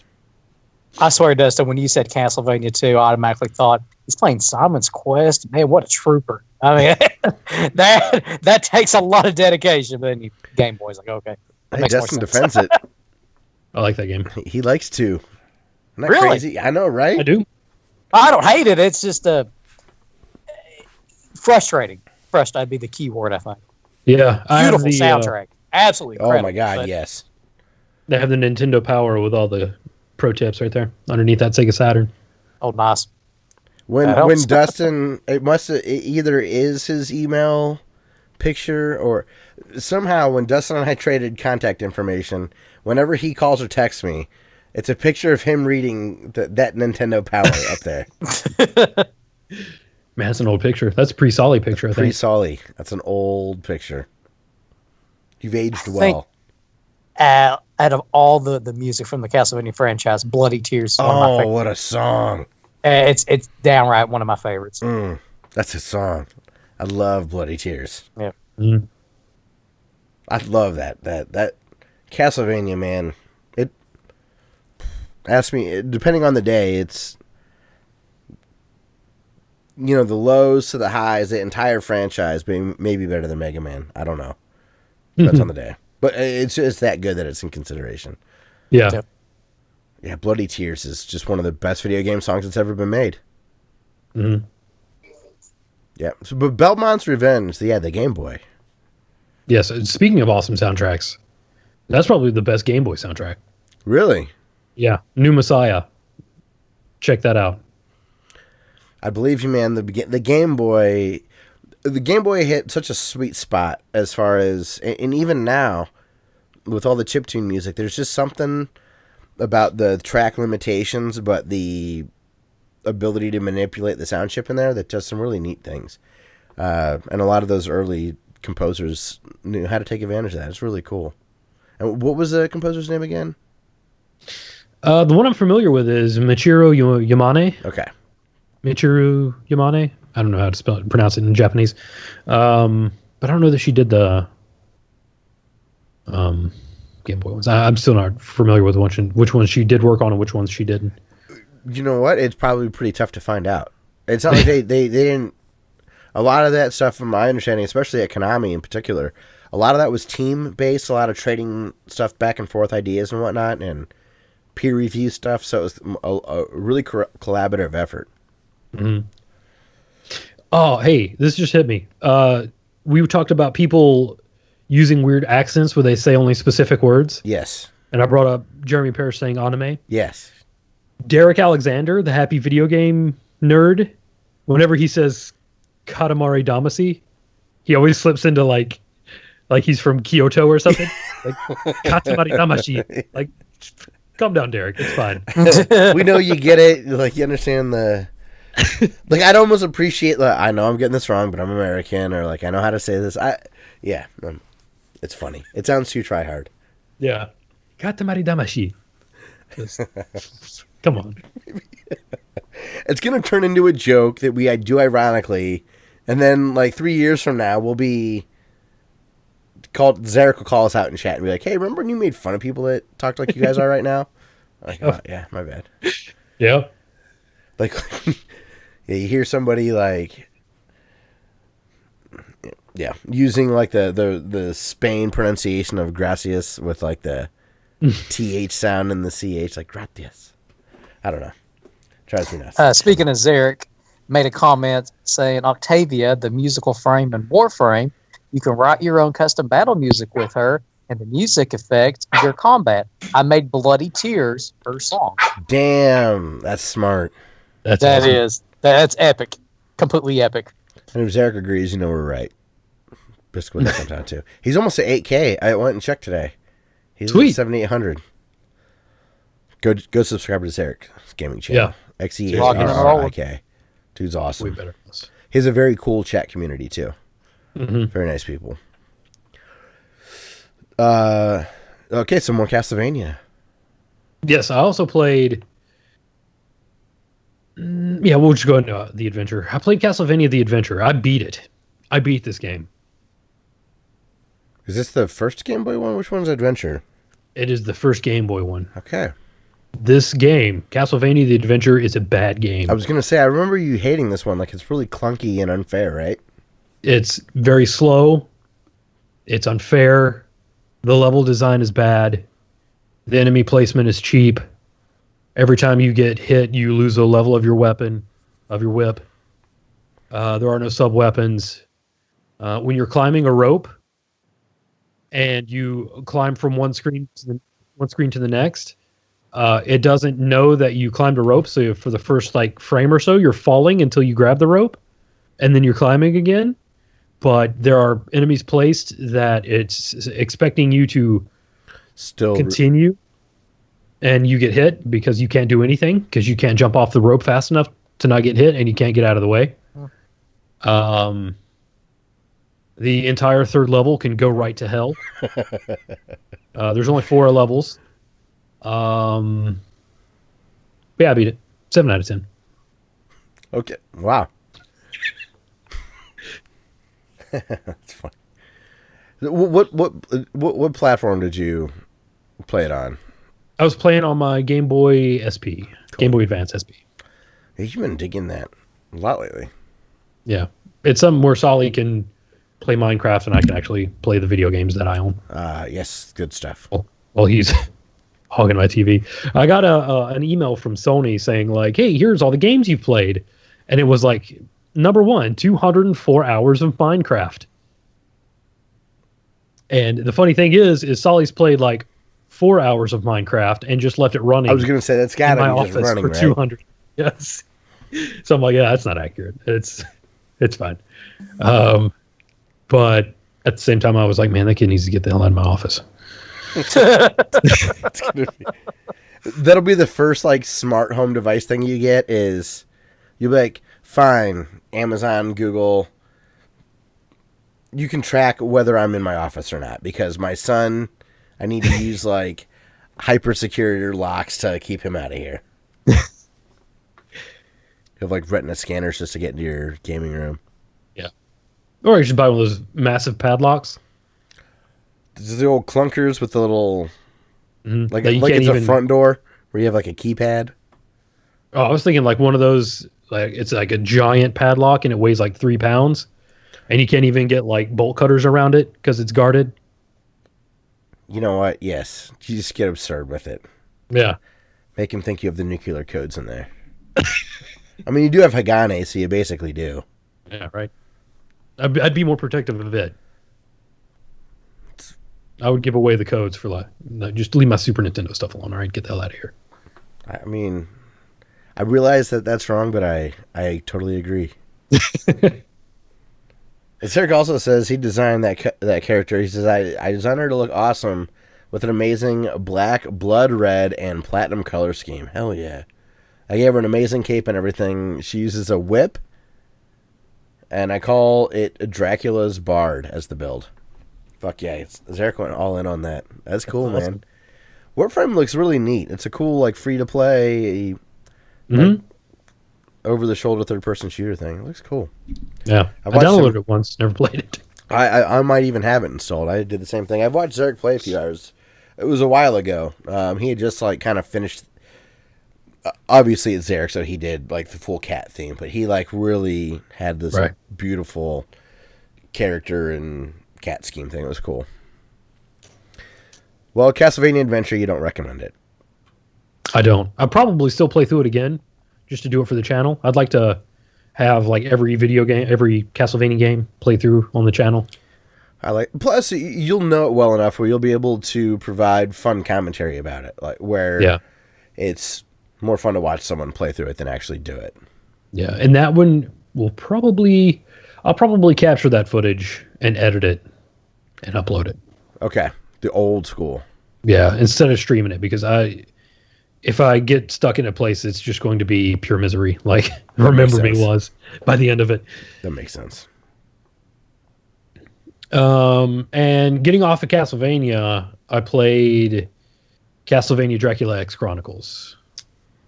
That's quite a change up. It is. And I'll tell you what, Castlevania the Adventure was great at making me good at Castlevania again. Oh, because okay.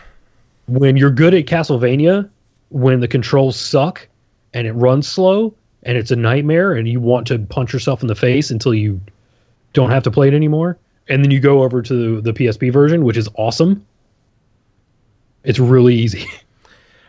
Dracula X Chronicles that's what Zarek. I love that. That game is awesome. Mm-hmm. It's a good remake of Rondo. Mm-hmm. It's got the real deal hidden in there. And Symphony of the Night. Yeah, but yes. So, what did you play through then so far with Dracula X? The remake? Did you go back to the real stuff? Let's see. I went through the remake with Richter, and I went through the bottom path and rescued the two girls, got to Dracula's castle, rescued Annette, went back to the title screen, went back up through the top path, and rescued Maria, got back to Dracula's castle. No, I got back to the ghost ship because I didn't have to do the death fight again, and that was the first time I died. Damn. During that remake. And I went after that. Since I beat Shaft, I could open the 5th alternate stage. Okay. And I've tried to go through that, but that's a really hard stage. And that's where the secret boss is. That's not in the original. So I'm trying to beat that, and then I'll just go through and beat Dracula. Man, that Dracula fight is going to be something else, because that was not an easy fight. I still have not. Rondo of Blood is one of the best video games I've ever played. But that room before the final boss, where I have to refight those other bosses, just crippled me. I need to try to get back to that game, but man. And refresh my memory, is that the one where you have to fight Vampire Bat? And the like dragon that like comes over almost a wall and sits on a wall and shoots flames across the whole ground. Oh, okay. So that's the Shaft Ghost fight. Okay. I think. Well, there's like it's like 2 or 3 bosses in a row. Yeah, I think so. It's after the stairs. Like you start the stage and you go up stairs in Rondo. Oh, lost Josh again. And you. I don't see. You're making me question. Like I'm not sure. It was more like I just love Rondo. Like you convinced me of what a tremendously amazing game that is. Yeah. Yeah. So I guess I didn't realize that there was that extra little added boss fight in Dracula X, that remake, versus what was in Rondo. I didn't realize there was extra content. That's cool. Yeah. There is an alternate stage 5 that you can go through in the original Rondo, but it doesn't culminate in a boss fight. You just walk through it and you're done. And it's not an easy level. It's hard. Like at one point you fight, I think they're called Armor Lords, in Symphony, but they're these giant knights, bigger than the axe knights, and they have broadswords and like tower shields. Okay. And they take several hits. They take like 10, 12 hits. Does this also have... Okay, so you have those guys as well as like the dog things, and there's like a bunch of them underneath you? There was like maybe like 3 or 4 of these, like where they have a really long reach, right? They're about 2. I know what you're talking about. I mean, I know the bosses you're talking about. I'm wondering if part of the area. I wondered if I stumbled into this secret area. You may have. Because I don't know. I guess just hearing you describe it, there's probably like 3 or 4 like in a bottom area. I'm doing a terrible job of explaining it. You wouldn't think it'd be hard to describe a 2D plane. But either way, sorry, I didn't mean to jump in. Yeah, Castlevania Dracula X is probably your best bang for your buck in regards to buying a Castlevania game. Like, if you want to jump into the Castlevania franchise, I would go with this game just because it has... Well, that's the 2 best. Yeah, it's the best 2D side-scrolling and the best Egavania. Yeah. In one package. Yeah. And you should play it until you get good enough to unlock everything, because that's kind of the point of of Rondo of Blood. But if you don't, you can always just download the save file. Yeah, Zarek gave online. me the save file that allowed me to have Symphony of the Night and Rondo of Blood OG, and the Vita. Or I play it on Vita, but PSP is what the game's for. It just plays great. It's fluid. It's excellent. So. And then, so you're done playing Castlevania. Yes. I decided to break away from Castlevania. I played Kid Dracula. Yes. On the Game Boy. You gotta cleanse the palate sometimes. Right. And it's basically just Castlevania Mega Man. So, and I sat down and I beat it this time. Saw that on Twitter. That was pretty cool, man. Yeah. I would have never thought this was the first time you beat it. Well, I'm averse to playing portable systems to begin with. Which is hilarious considering you just spent 40 hours. You say that, you're such a liar. Like, I can't tell if you have this joke that you won't, like, that you are only finding funny and that you're the only one in on it. Because your track record does not dictate that opinion. That's true. The first time I met you in person, you had a PSP so you could play Metal Gear games or something. When you came to Tony's, you brought your PSP and were playing. You either recommended a Mega Man game or some sort of Metal Gear thing. Yeah, so it's like the Mega Man X game. So the very first time that I met you, you like couldn't wait to play a handheld. Consoles are better. What can I say? Consoles are okay. Maybe that's my point. I like consoles better than handheld devices. Just like, kind of like when you hate a pop song and gets an earworm that you don't really mind, but you don't want to tell anybody about it. Right. Yes. You're like, man, Britney Toxic is so fucking good. I don't want to tell anybody about that. I really do like that song. But speaking of Kid Dracula, I got a Christmas present today because I recommended it to my Kim, and she did pick it up, but it was a pre-order, so it finally showed up today. Oh, hey, hell yeah! Put that over your straight over your mic. Let everyone see that, and take it back to your face a little bit. Hell yeah, man! That's so cool. And it's really cool because it had this inside. Let me unfold it. Wait for it. Oh, sweet. That's a great poster. On the back, it has liner notes written by Jeremy Parrish. No kidding. Yeah. Small world, right? You have to take a picture of that and then say, hey, Jeremy, thanks for the write-up. Like, tweet it in that picture. That's cool, man. Who produced that? Was that a vinyl from like Mondo T or who? Ship to Shore. Ship to Shore. Okay. I think they did the Snatcher soundtrack. Yeah, they did because it's on the back. Ah, nice. Beautiful. Have you dusted that off, taken it out of the sleeve, and deflowered it? Yeah, I listened to it as I was going through the show notes.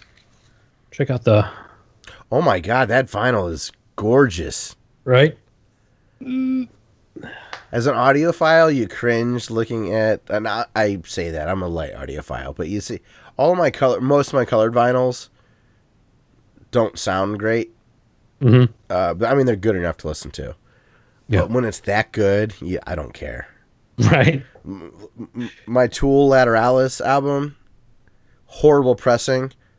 The artwork on it is so good, I don't care. It just looks unbelievable. My brother got it for me, and he's like, so how's it sound? I'm like, well, there's a lot of imperfections with the production. But, dude, wait till you see it.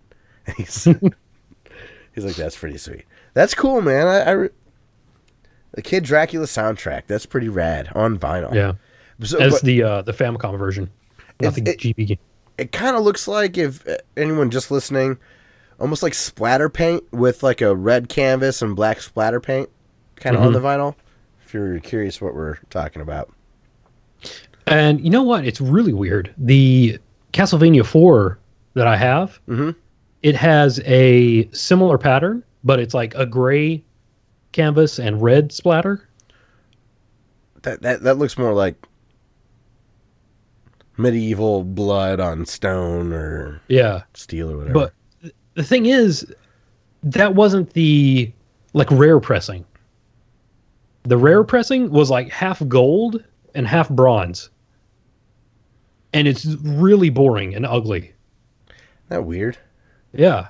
So I totally went for the splatter paint. And I mean, you can look, there's a guy who had a rip of the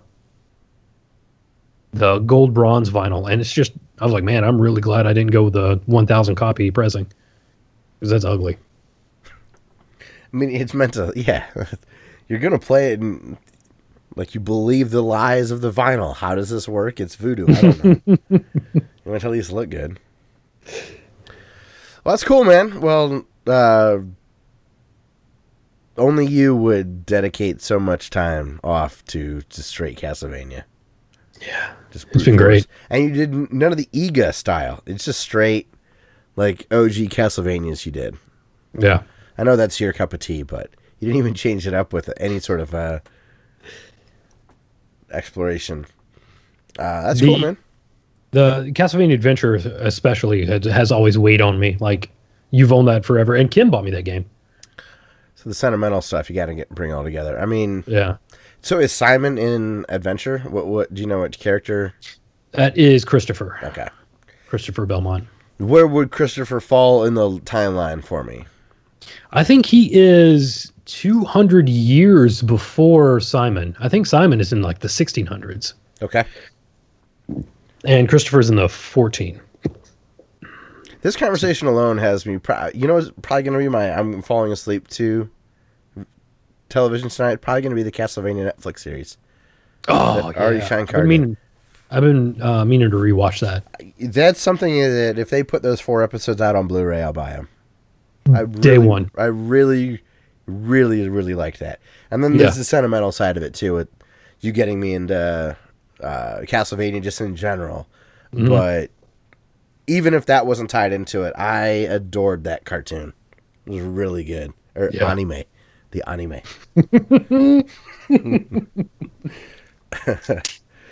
Oh, fuck. I feel like it's an unfair path for me to go to. For somebody, I mispronounce things so often. For me to be a pronunciation Nazi is really shitty. Hypocritical. So I apologize about that. All right, I'm going to rip through what we've been playing. And this week, I'm not going to forget about our listener feedback we got from Demez. I totally forgot about that last week, Demez. I'm very sorry about that. It was not on purpose. You had great comments, so I'm excited to talk about them. But I'll rip through these real quick. So my friend Matt is in the top 1% of all PUBG players in North America from his ranking. He had no That's idea. awesome. He had no idea he was doing that well. He felt like he did poorly throughout. He's won a couple chicken dinners. He's just really good at shooters. He is. But I can brag. I know somebody that's a high level. You didn't even put that much time into it. I mean, he just is good at it. He's put enough time in. Probably less than 100 hours, and he's in the top 1%. He's just good. But I get screenshots of like, hey, chicken dinner, or like he sent me a screenshot where he was in the top 2.3%. Then I made some comment, and he's like, actually today, I looked and I was in the top 1%. I'm like, wow, that's pretty. I'm like, I know it's a video game, but it's a popular video game, so to be at that echelon, that's wildly impressive. I mean, that's tens of millions of people. Is that a fair assessment? Let's be conservative. At least millions in the US. At least millions. That's not insubstantial. That's pretty cool. No. Like, pretty cool. So also I have a small update to the empty envelope I received with the little attachment. So as a quick recap, I ordered a little adapter for a Bluetooth controller off of Amazon, and an envelope arrived. So it was empty, and I was too scared to open the envelope because I didn't want them to accuse me of making a false claim. Right. I called Amazon. The seller then wrote me an email, and they're like, yeah, well, sorry, we're going to refund you the money. We put a note in the envelope to tell you to contact us. And I'm like, well, I'm a little too scared to do that. So they said, we're going to refund you the money, but this item is now in stock in our North American warehouse. So buy it through Amazon warehouse, and you'll get the item in a couple of days for the same price. So they refunded me the money. I bought it. I got it a couple days later. And all that it is a phone clip to work with my 8-bit Do controller. Okay. And it's great. It works well. So I then installed the Nostalgia.NES emulator on Android. I bought the premium version for $1 when it was on sale years ago. And I don't know what the premium unlock gets me or whatnot, but all I know is that emulator works incredibly well. And I played DuckTales and Contra. Cool. In phone mode. So, and these hypothetical plane trips I take all the time in my mind, that's like once a decade, I'm now prepared for those flights. So, in 10 years, someone's going to put me on Reddit over my shoulder like, hey, dude's playing this weird game on an old phone. But Nostalgia.NES is a phenomenal emulator, and I love that 8-bit Do controller, man. It's a really awesome video game controller.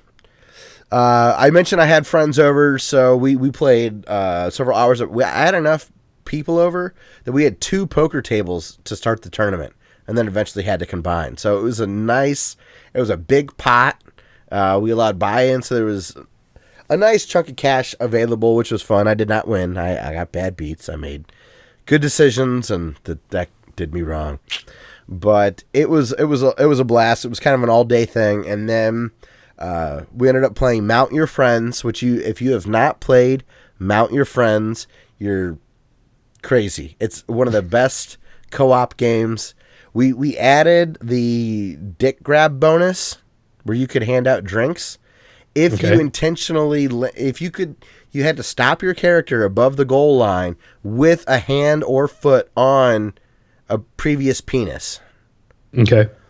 The hilarity of trying to pull that move off was awesome. It just because it stopped being normally what would happen is you just try to build the tower as high as you can.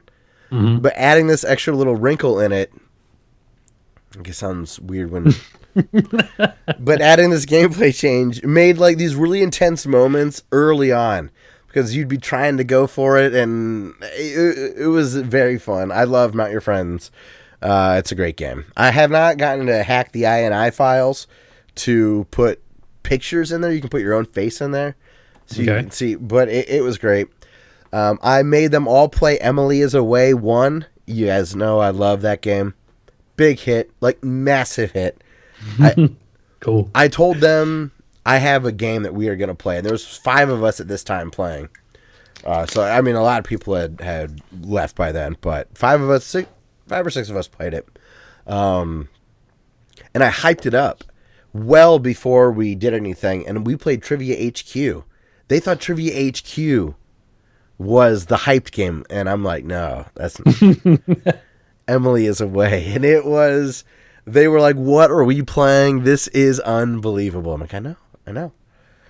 Zarek says, Mount Your Friends is indeed an amazing party game. It's the best. It's so good. Also, we busted out the Jackbox Party Pack 3, and we did the t-shirt drawing game and the haunted game. It's a trivia game, but there's like a haunted kind of theme to it. I'm interested. Both excellent, just really funny. The t-shirt drawing game, essentially what happens is you just draw something. Mm-hmm. And then everybody writes down like a phrase, and you combine then pictures with phrases, and then you vote on the best combinations of t-shirts.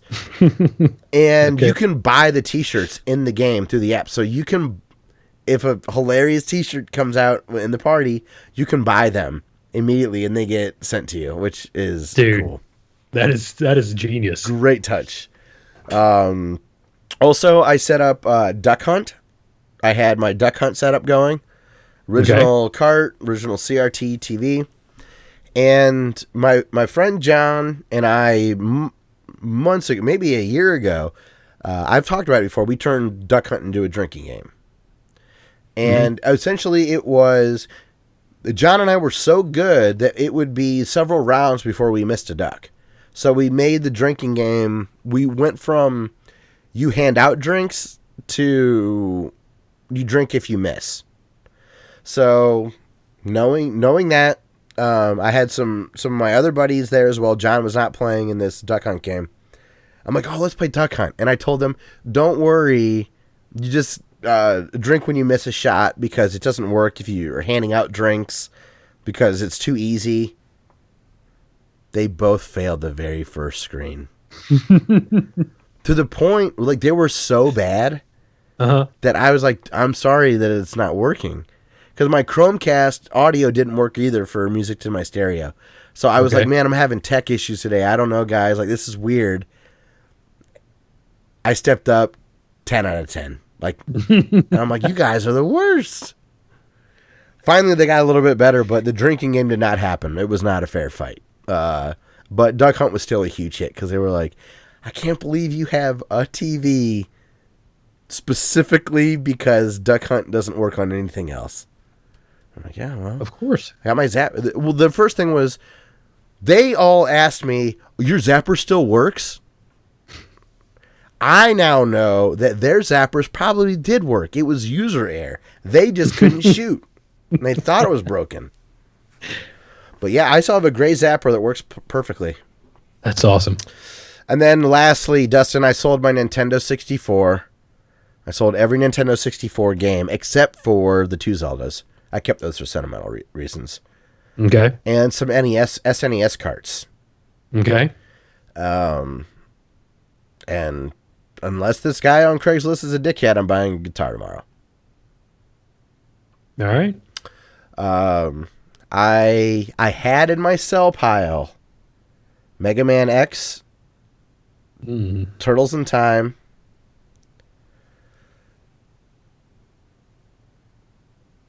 there were 2 others I chickened out. Metroid.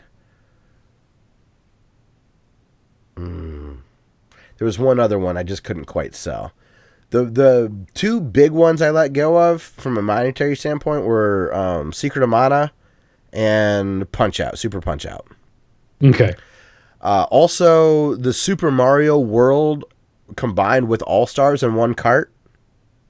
I let that cart go.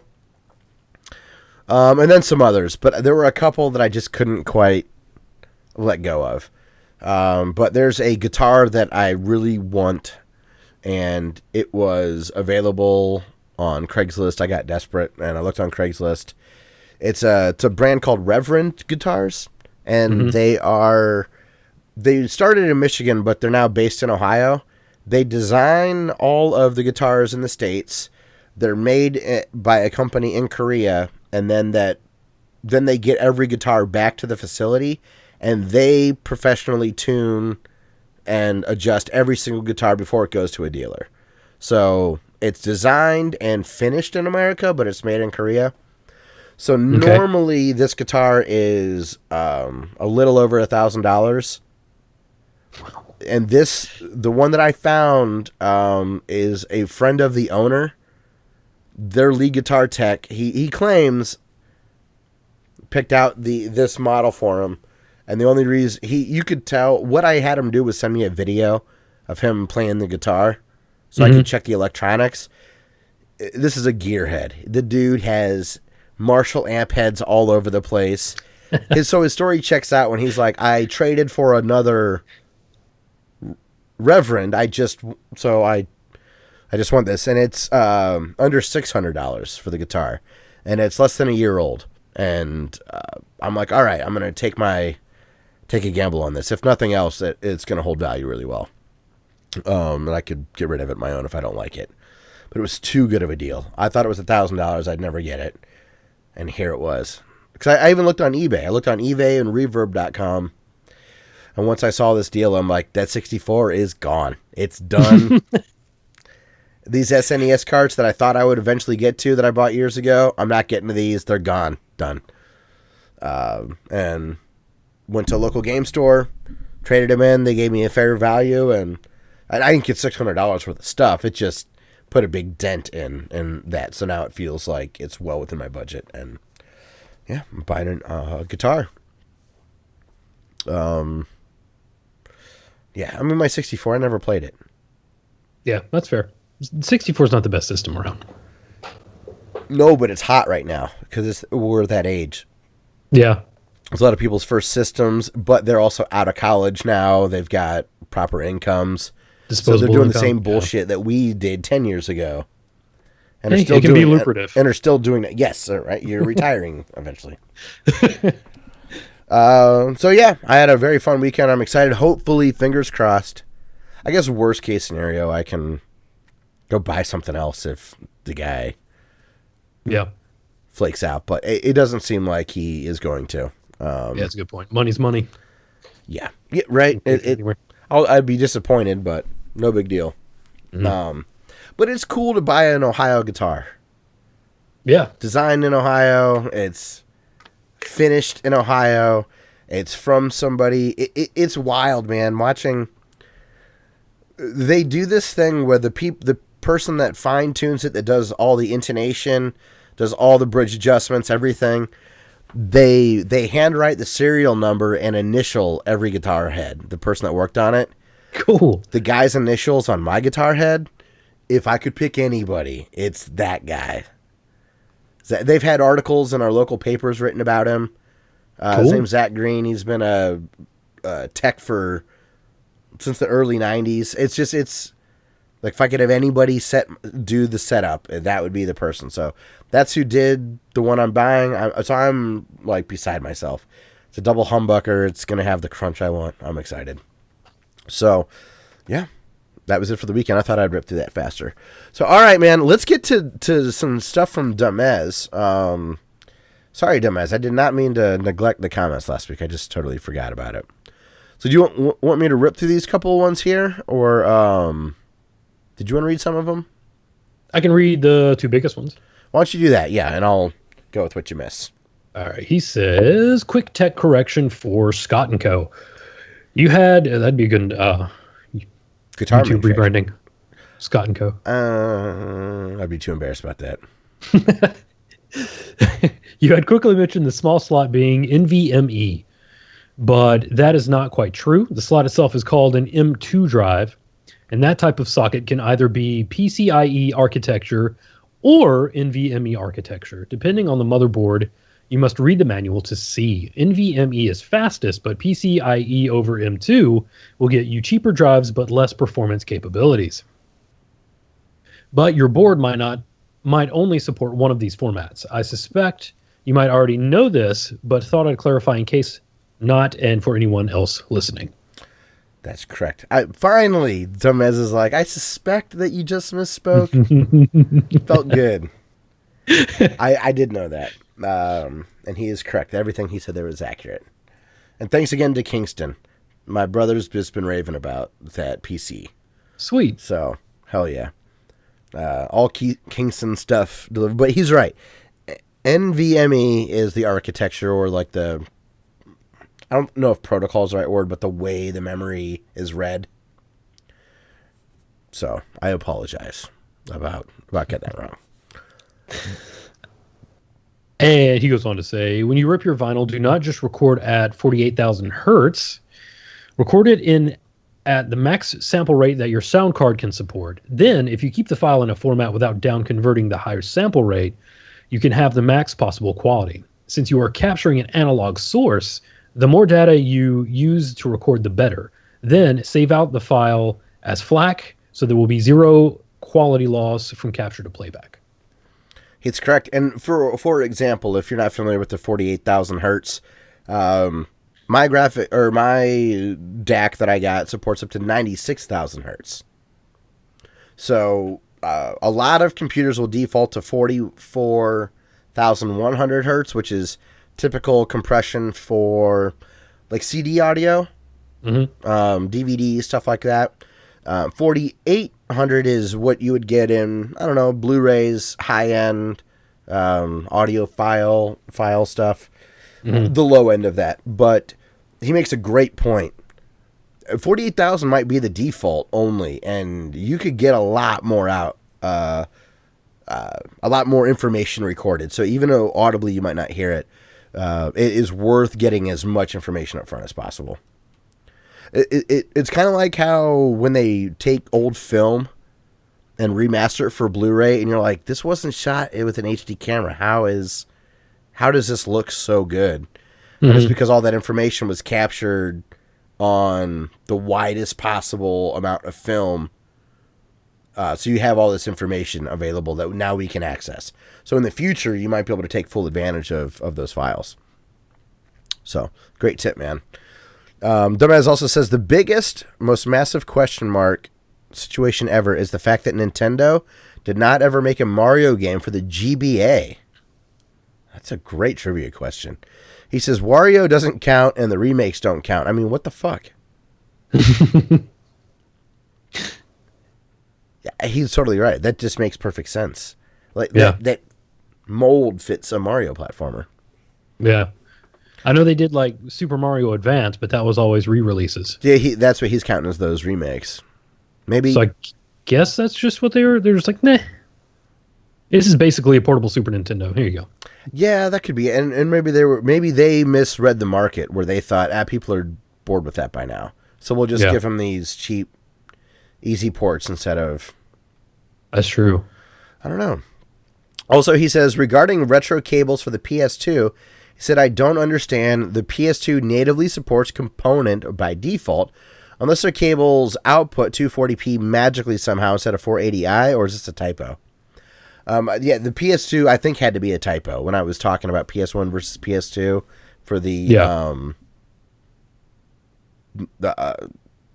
PlayStation adapter thing. HD Retro Business Blog.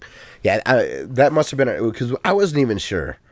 Because I thought 480p was possible out of a PS2 as well. I didn't say that in the podcast, but because DVD is either 480i or potentially 480p, right?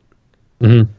Because I know there were GameCube games, which is the same generation, and you could play Wind Waker in progressive, and that's 480p. So if the GameCube could do it, I would assume. So, I got called out again. Dumbass says, oh, silly Scott, you said the HD retro cables for your RGB needs, but alas, there are YP, BPR, actually, and not RGB. Silly mistakes anyone could have spotted. Rookie move. Okay. Rookie move. Dumbass. even I cannot remember YPBPR. I have to Google it every time. Right. RGB is my default umbrella term for not composite. Right. I apologize. I realize you're correct. I'm not going to change. It's just going to be stated as RGB just for simplicity's sake. Like when people say that 2.5D isn't a thing. Sure. Hey, come on, you haven't been yelled at for that in years. That's true. I'm still sour about it, though. I know. You. He is correct, though. And even the HD Retrovision guys, they give me a pass when I misspeak. So if they're going to let me do it, and they're the YPBPR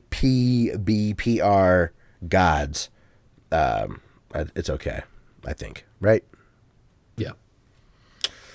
All right, that's going to be it. That's going to be it for the show. So unfortunately, we did not get Josh back with us. So Windstream Internet sucks. Confirmed. Several weeks in a row. But he's not getting crunchy all the way through. It's like a hard stop, and then clearly he's like, well, they were almost done. I'm just going to text him and say, later, guys. But it was great to see Josh again, as always. It's been nice to have him back this last several months. I really enjoy it. He added a lot to the Virtual Boy stuff that he does a good job of. I assume we've talked about some of that stuff before, so I just assume everybody already knows, like the Gunpei Yokoi stuff and all that. Right. So for him to bring that up was awesome. I mean, that's why I listened to him, like back in the day. It's because of that, I love that. So, all right, cool. Well, that's going to be it for the show this week. He might have to get DirecTV. Oh, because he'll have to switch to like AT&T or something. Yeah. Yeah, they strong arm you. Even though it was the same price, I wouldn't get I would get DirecTV. It was the same price. I'm like, no, I'm not signing that contract. No. So that's going to be it for the show this week. Before I do the sign-off stuff, any other final thoughts, Dustin? Play Castlevania. It makes you a better person. Objectively. Yeah. Done. So, if you want more words of wisdom, definitive truth, go to ClassicElite.com and you can listen to years of content that we have put out. Every podcast we have is available at ClassicElite.com. Our previous 100 episodes are typically available at Apple Podcasts or iTunes, Google Play, Stitcher, and a lot are on SoundCloud. Podbean, I don't know. We quit paying for their premium service. So I don't know how that works anymore. Like, maybe we'll be available in Podbean. I don't know. I'm still going to upload there, but I don't know what our backlog's going to be.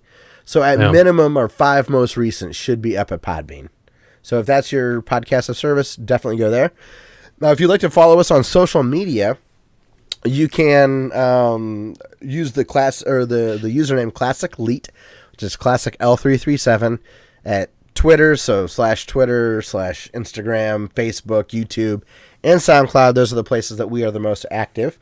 If you'd like to support the show, please just watch our videos on YouTube or subscribe anywhere you can, or leave a rating if there's an option for that. Or if you just want to casually, financially support us, if you use our Amazon links in the descriptions of our YouTube show and all that stuff, anything that you buy while you're at Amazon after clicking on our affiliate link will get a kickback. And we have a storefront, Amazon.com/shop/Classic Elite. And if you start there, you'll see our podcast gear and games we like, tech we like, all that kind of stuff. And then if you buy some toothpaste, then you get something there as well. Everybody needs toothpaste. That's Canada. Yes. That's Canada and the U.S. for now. Eventually I will get the UK going. I screwed up the first application, so I'm not sure if we'll always be barred. I put the wrong tax ID in there. It was just I fat fingered it. I'm so mad at myself. So, hey, Ether, what's going on, man? It's good to see you. I haven't seen you in a while. Yeah, man. The Greek name from Arizona. Hey, at least Arizona's not getting snow right now, like Texas and Florida and all that. So, but good to see you, man. All And then this week for outro music, Cubby is back. Cubby has a new album coming out March 10th. I'm very excited. This album is called this song is called Spirit Dancer. I like it a lot. It's got some syncopated rhythms. It's got some nice builds and tones. It's a 6-minute song, which, I like longer songs. And yeah, hopefully you'll enjoy it. It's available on SoundCloud, and make sure to pay attention to when Cubby releases the album. It's going to be March 10th. And that's going to be it for the show, Dustin. So I want to thank everybody very much for listening to episode 262 of the Classic Elite Podcast. And Ether says that Arizona was 85 yesterday. Oh my God. If I can ever retire, I'm moving to Arizona. I got terrible allergies, and I can golf all year round. Like Arizona is where I want to be, I think. America's sweet spot. Pretty for me. Tennessee, if I'm not going to have any water accessible, Tennessee has my kind of weather, because the seasons still change, but the shit seasons are really short. Or Arizona always was intriguing. I've never been there, but it always sounded awesome. Always looked great. You just set your faucets to drip. You'll be fine. And here in the tundra that I'm at? In Tennessee, too. That's what we do. Oh, okay. Yeah. So our pipes don't freeze. I've never had that. I guess my crawl space was built well. And it's been negative. So we talked about that a while ago. Either says that's the late winter, early spring. 85. God, that'd be awesome. I know people complain about it being 110 sometimes there. I run hot all the time. Like I at some point, I'm just uncomfortable, period. So whatever. But yeah, thank you very much for stopping by, Ether. Good to see you. Andrew, thanks for coming in. And Zarek, great to see you again, man. Make sure to subscribe to Zarek's gaming channel, Xearrik, as well as go to Jay the Anime Gamer and give him a sub on YouTube. Because he's under the sub 1,000, but he's a content creator, and go support him. Yep. Yeah, he says if you come here, be prepared for a lot of dust and every plant being layered in a thick layer of dust. Whatever. The people too. Woo, 110 to 125. Man, that's screaming hot. I'd like to take my chances. Better there than Florida. Give me that dry heat. Yeah, definitely. It's kind of fun to open the oven, and that's what I think that walking out of the front door would be every day. Yeah. It's really fun to live in the oven. So, all right, everyone, thank you very much for listening to episode 262 of the Classic Elite Podcast, and we'll see you next week for episode 263. Whoosh. All right. You guys have a great night. Thanks for stopping by. It is past my bedtime, so I'm going to shut down the stream, and we'll see you later. Peace. Night, everyone.